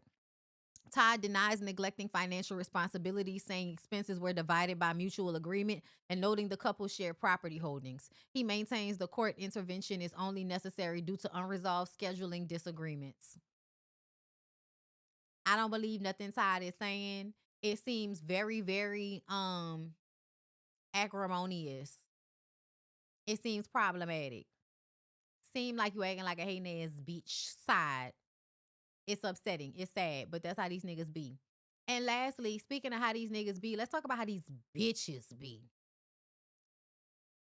Y'all, this lady has been on my mind ever since I did the compilation video of Corey Holcomb. If you follow me on my secondary channel, BondyBlue Bites, follow me over there.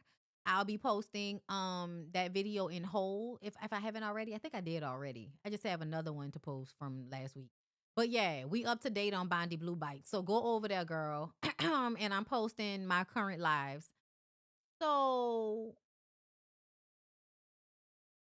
this is the lady Darlene who we talked about was with Ice-T when she was a teenager. Ice-T used to be a pimp.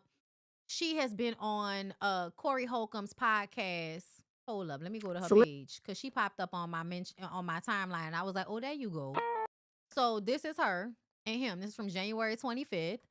And also I heard that Corey Holcomb is pretending as if he doesn't have any shows coming up and that opportunities have been ruined for him, which I was actually surprised about when I first saw him online talking about it, because I never thought that comedians gave a fuck about anything, especially not men being abusive. Like, if y'all really cared, there would have been an issue when he originally did this shit, because there was so many other comedians out there that witnessed what happened, and y'all all got up here and lied on this fat fugly nigga's behalf, including this goofy ass lady Darlene. Okay, now please understand that Darlene's mind has been cooked by being pimped out at a young age by Ice-T. Okay, so who knows what her childhood was in order for her to be a grown woman with the mindset of a teenage girl that would sit next to a man that talks about fucking on kids and all of the ridiculous things that he said. You would sit next to him for 16 years. I don't know if you've been on his podcast for that long, but it says just a few memories from the past. From the past year. Happy anniversary 1550 show. Can't believe it was 16 years ago today that this all started on Foxhole Sirius XM. Wow. Thank you to all who supported us. Right? Right? Right. It's also funny whenever you niggas say that y'all thought Corey was funny when he was saying this outlandish shit on stage, but when you see, oh, he's doing it in real life. Yeah, stop thinking that people are saying crazy outlandish shit just because they're joking. and I guess I'm the only, like, y'all want to pretend like y'all don't understand comedians. Comedians say funny shit, but most of the things they say are truthful. Stop thinking that they're just playing when they have a theme of talking about how much they can't stand women. So she posted this on her timeline 2 days ago. So let's talk about something called misplaced or displaced anger. Phew. This is when someone is genuinely angry or hurt about something or someone, but instead of directing that anger at the real source, they unconsciously aim it somewhere safer, easier, or less risky. And so this pissed me off because this to me is her trying to make it seem like the public who is now turned on her are having misplaced anger. No, bitch. That would mean we wasn't mad at Corey too. We are mad at Corey. But the more we heard you there making little comments all along. And that's when we said, well, ma'am, you have a pussy. You are a young girl. What the fuck are you laughing and giggling about? What are you kiki-keying about, bitch?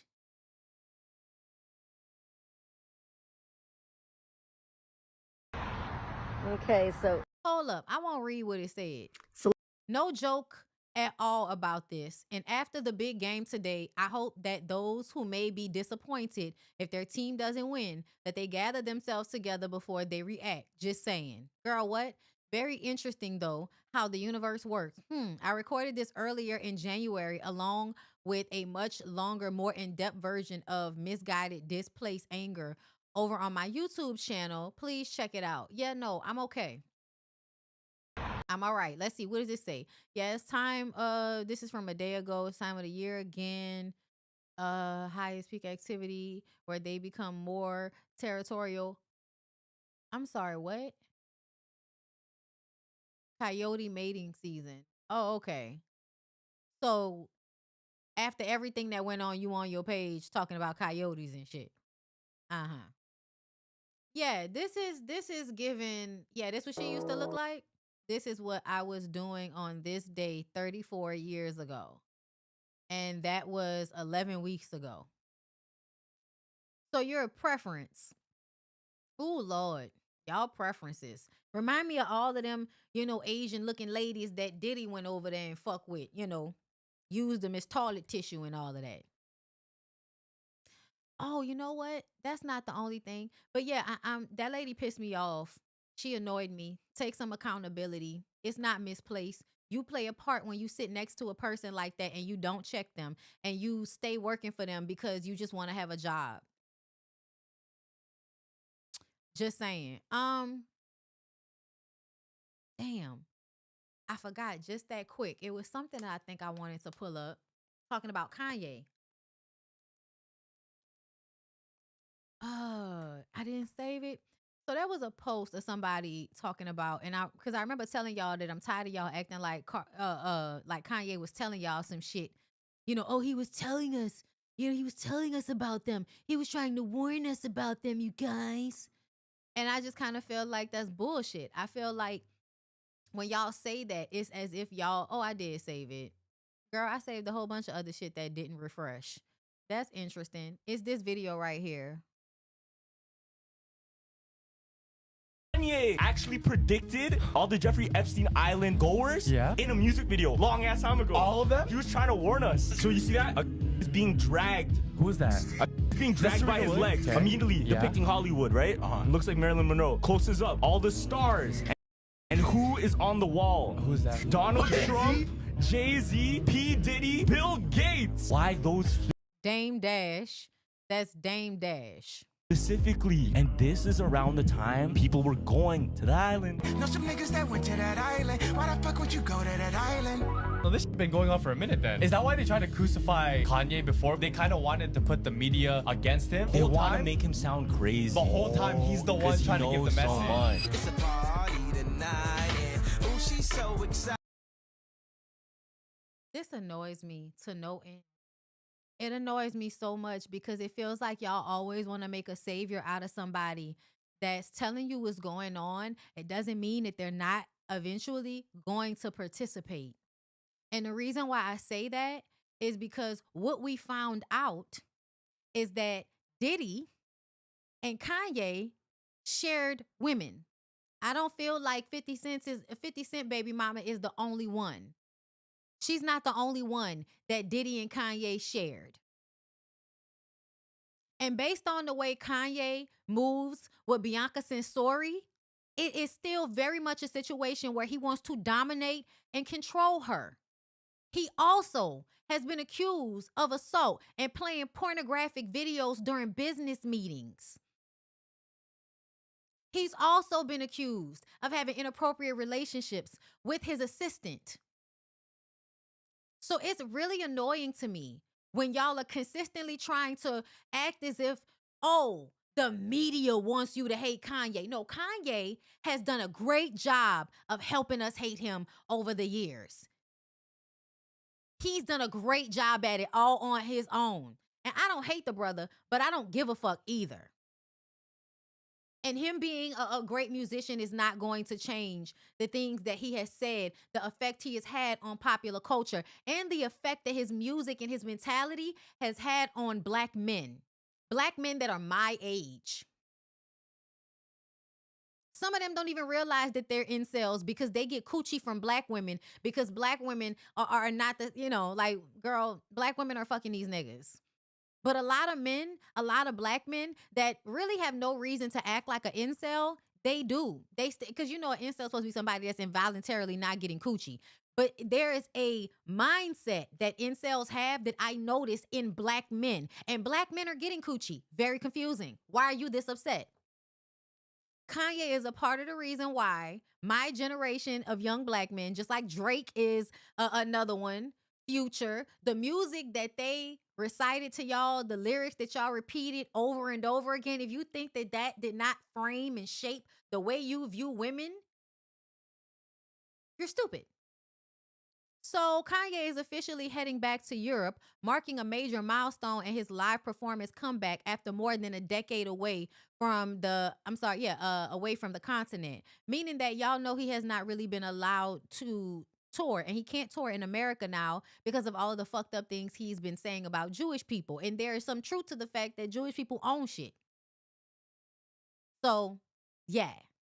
I also feel like the way the racist white people, the overly religious white people were able to infiltrate Kanye's psyche was to make Jewish people a common enemy. If you can frame how Jewish people have harmed the black community through the entertainment industry, then you can get him to be on your side, even though you're just as harmful, if not more. Created the environment for Jewish people to take advantage of black people, white people, but you still want to be white because they're the bigger boogie monster in the scenario. They've infiltrated you so much you don't even see. Kanye went from being somebody so educated and pro-black to now you can see how much all of this is about wanting to be like a white man, wanting to have power equal to a white man. And y'all can act like, oh, it's his mental illness. Yeah, having this amount of money and fame does cause mental illness as far as I'm concerned. So he's now touring in Europe, in the Netherlands. Good for him. Good for him. He's a weirdo. He's a fucking weirdo. Y'all saw this story?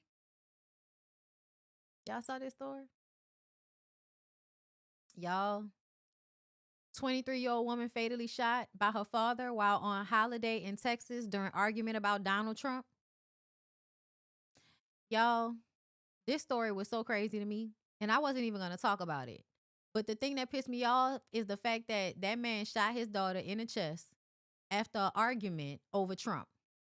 They got into an argument over, I guess, the Epstein files. Y'all know people be trying to hold their parents accountable, right? But this is how you learn that people are pretending to care about their kids. People are pretending to love their kids. As long as their kids do what they tell them to do, as long as their kids are good little examples of what they want them to represent, then it's all good. But as soon as their kids act outside of that, that gives you license to turn into a psychopath and murder them and then get away with it. Because he's saying it was an accident. He called her into the room to show her his gun and it went off by accident. Shot in the heart. The man said that he would not care if his daughter had been raped or one of the women in the Epstein files. He would not care because he has other daughters too. He said this in protection of Donald Trump while they were having a disagreement. This shit is mental illness. Like, we need to be honest about the fact that there is literally something wrong in the brain that causes you to be this out of touch with reality, that you will kill your own offspring because they're not worshiping a 70-something-year-old man that's shitting on himself. Odd. Crazy the way these people's minds have been usurped. And I do feel like the racism is always there, but I also feel like there was a dormancy that was happening on some level. All of this shit has always been going on. People have always been being racist, but at large, it was like Trump awoken something in the regular white people that might have been more moderate Democrats, but, you know, they're homophobic.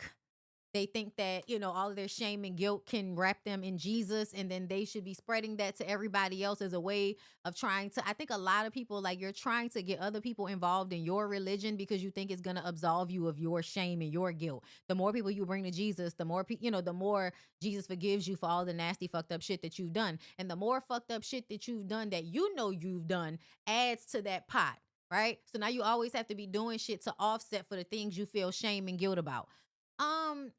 Yeah, this is why I want y'all to unwrap yourselves and deconstruct from things, because this is the mindset that people will have about shit. A lot of older people have a my way or the highway mentality about certain things, not just older people. I've noticed some of these younger weirdos too, being extremely misinformed and undereducated and still thinking that they know what the fuck they talking about because they heard something and misunderstood it. So now they're going to argue with me about it. Great. But yeah, no, Trump and MAGA and all of that negative, hateful, stupid energy that they have. Yeah, man, that's something that was awoken. And I remember saying that him being a president is going to embolden this in other people. It brings it out of them. It might have been a little less severe, but he awakens it inside of them. It's always there, but he's able to pull it out and make them feel proud of it, their ugliness. That man killed his daughter and got away with it because the grand jury in Collin County, Texas declined to indict Chris Harrison. So no criminal charges on him shooting and killing his 23-year-old daughter over an argument about Donald Trump.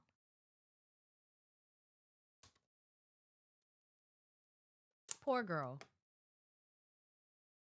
That's got to be heartbreaking. The moment that you shot me in the heart. The moment that you look down and realize what your dad just did to you. You thought he broke your heart a second ago when he told you he wouldn't give a fuck about you being raped.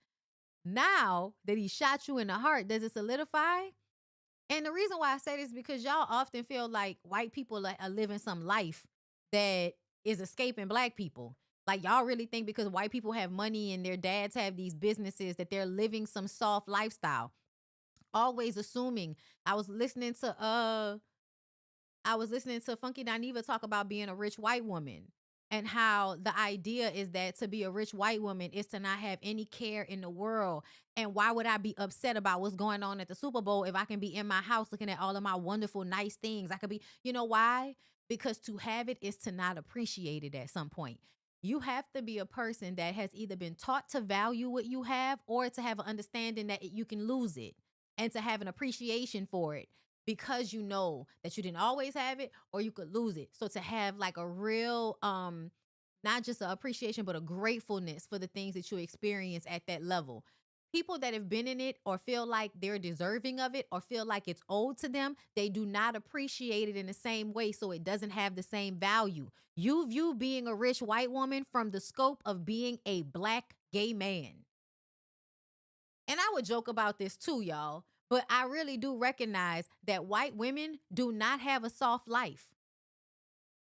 Financial does not mean soft life.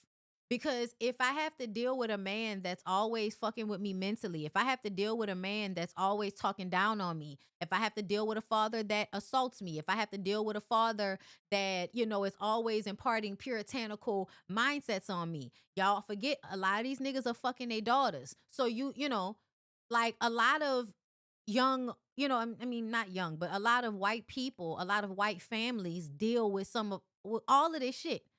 At large, they deal with the mothers having a cognitive dissonance to being a mother because for a certain amount of time, black women were the ones being paid to clean their houses and raise their babies. Y'all, we're not that far removed from that.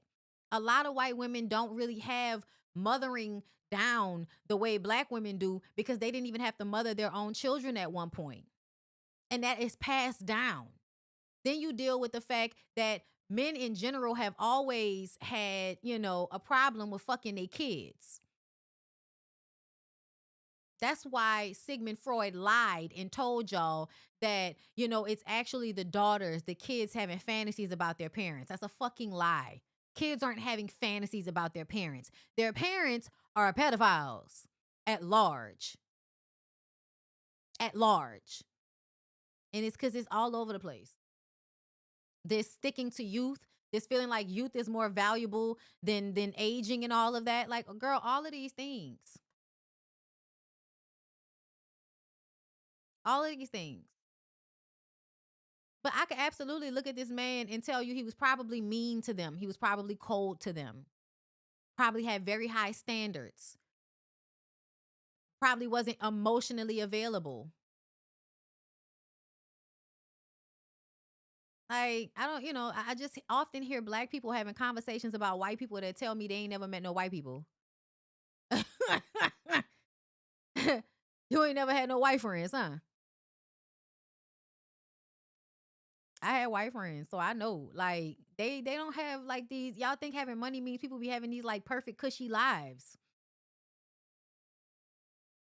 Even now, I've seen where a lot of white parents leave the nannies to raise the children until the kids become teens. And then you mad when they're like, fuck you, mom. Like, bitch, you ain't raised me. You didn't build a bond with me, bitch, for me to love you like that. And you mad because I'm calling Miss Maria mama and shit. And that's another reason why them motherfuckers hate immigrants so much. Because that's another thing. You thinking that just because you're the mother, it means your children are supposed to love you. And when you pass over your mothering to another person in such a way where, you know, they go to that person instead of coming to you, they grow up and they don't have that connection to you. And now you're mad. And now you have all of this resentment towards the staff, the nannies, who a lot of times are immigrant women who y'all are paying way cheaper than you should be paying them.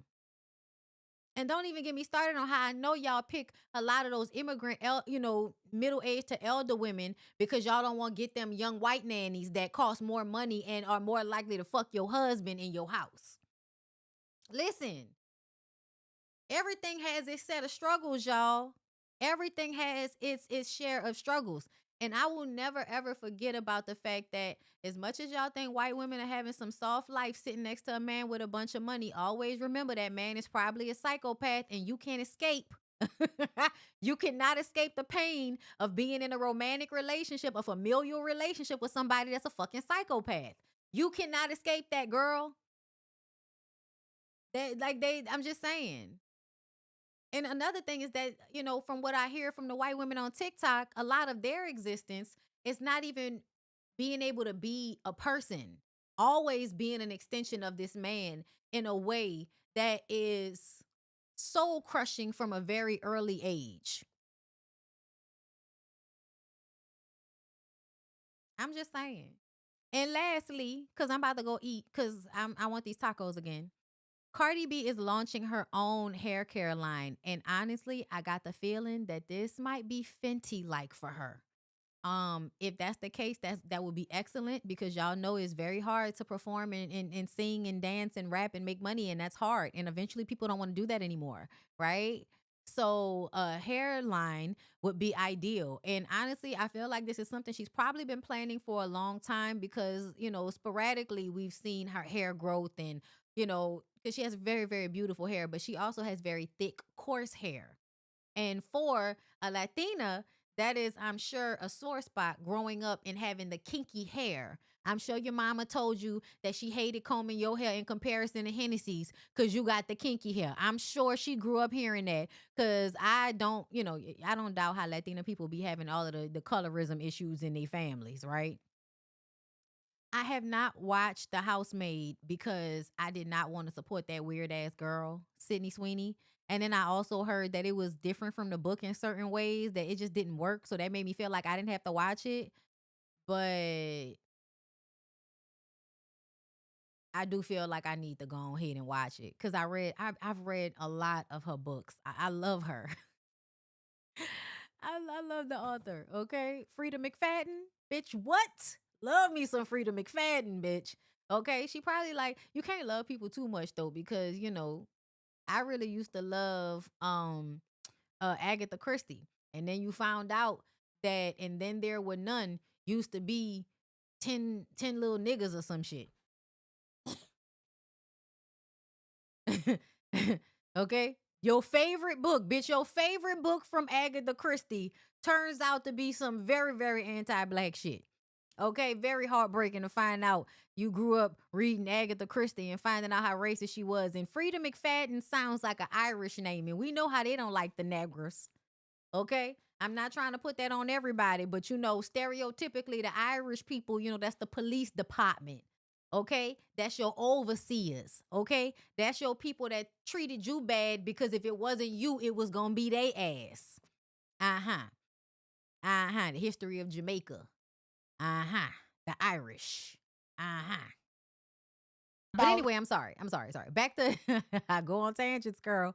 Cardi B is launching her hair care line. Let's hear what she has to say. Since 2016 to now to grow my hair. I'm not gonna tell you what I'm using for it because I gotta test it out first on myself. This is Belcalis, Bronx girl, mother of 4, walking down the block, being the baddest bitch. I am very. It took me passionate about this, and I really love this shit. Or are we coating on the outside, or maybe we do both? We're doing everything. We want bitches here to grow. Something that I've been working for such a passionate about a long, long time. When I was younger, I really, really used to hate my hair. Now, when I was younger, I really, really used to hate my hair. Yeah, we know why, girl. We know why. The pickaninny. You probably got called shit like that. Yeah. The child of Latinas be tearing their kids up when they fuck around and have genes from the black people that they come from. Now that I'm older, I grew to love it, appreciate it, and it's really a part of me, Yeah, because coarser, thicker, kinkier hair is, first of all, easier to style. Our hair holds style easier than the finer texture of hair. The finer texture of hair has a hard time holding a curl, and it also overproduces oil in a way that kinky, coarse hair underproduces oil, right? And yeah, like flat hair, you know what I'm saying? That be happening a lot. Lice, that shit can't live. They say the lice can't live in the black people hair. That's what they told us, girl. I don't know if that's still true because over the years you heard shit and you find out it's a lie. But her hair is what? What is that giving? 4B? 3C? What y'all think? This is fucked up here, you know what I'm saying? This natural long here, you know what I'm saying? This natural strong here. Grow good. Okay. Hair growth is mostly genetic, but okay, Cardi. Well, of course it is. But I do believe that sometimes hair growth oil does help. Like, I'm not gonna front on y'all. My hair grows fast within itself, but when I be using my girl Ashanti's hair growth oil, yeah, my hair, y'all saw how fast my locks have grown, and that's what I be using on my hair from time to time. And I did see like a noticeable difference when my husband started to use it too when he was doing he first started his locks. Because at first it was like, nigga, is it gonna grow? You know? You need to make a decision. And then it started growing. So yeah. Some stuff be working. And also a lot of times it's people not taking good care of their hair. They don't moisturize, you know, like I moisturize my locks like I moisturize my regular hair.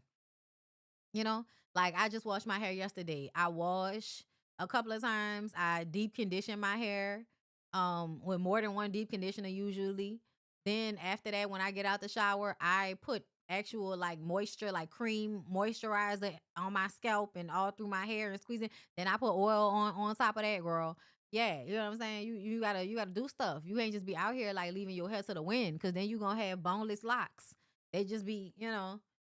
And I'm waiting on my shit. Like I'm still waiting for it to eventually get to like a place where it's actually weighed down, because my hair is still doing the grow up thing, girl. Bondi gonna have me broke with how she speaks for these brands. Bondi approved. Take my money. Listen, okay, I appreciate that y'all trust me. All right. Besides the products that I sell to y'all, which are really, really, really good, okay. The only stuff besides her stuff that I'm using right now is the stuff that I just always have, which is pattern. Um, Tracy Ellis Ross, you know, did her big one with that. I'm just saying.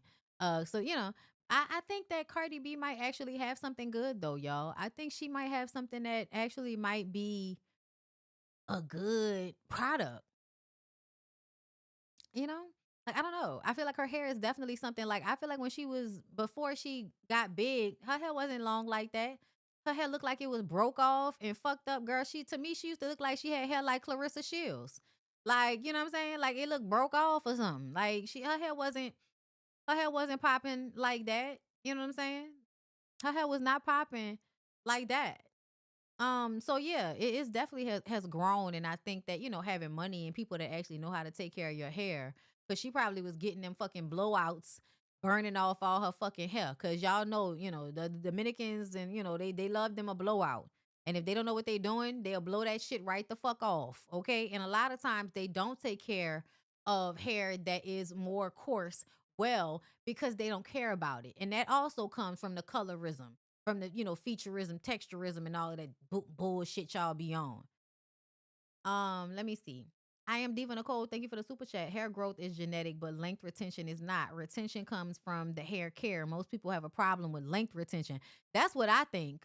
Because I feel like y'all be thinking people don't grow hair. People do grow hair. It's just that they don't retain it because they don't take care of their hair. And I know this, you know, growing up in a hair salon, girl. All you needed was somebody that knew how to do fucking hair, and your hair would grow. And when it's left to your own devices, you're going to be raggedy about it.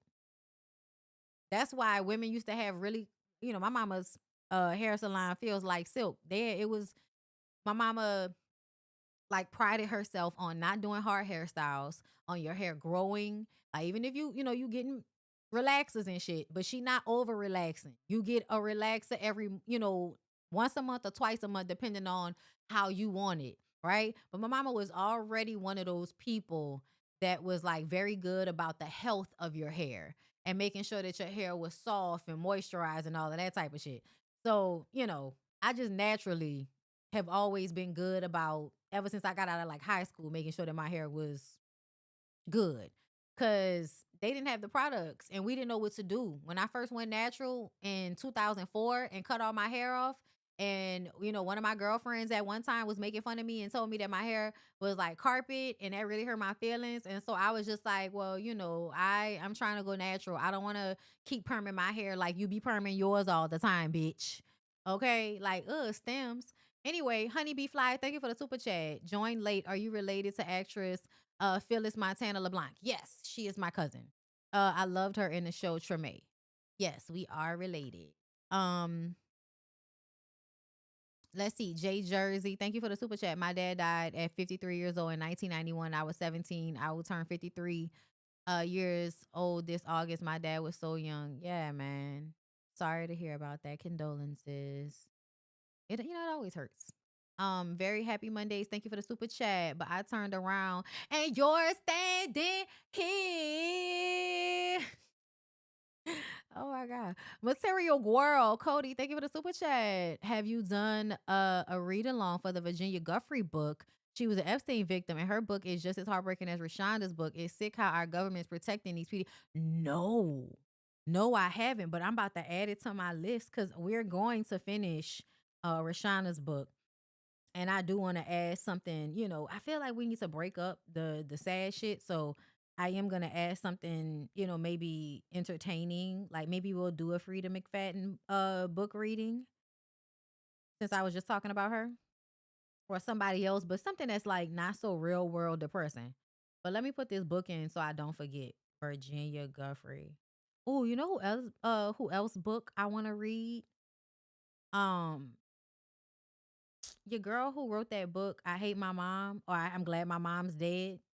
The little actress girl, she got a new book that's talking about her relationship with her teacher when she was a teenager. Like, girl, a mess.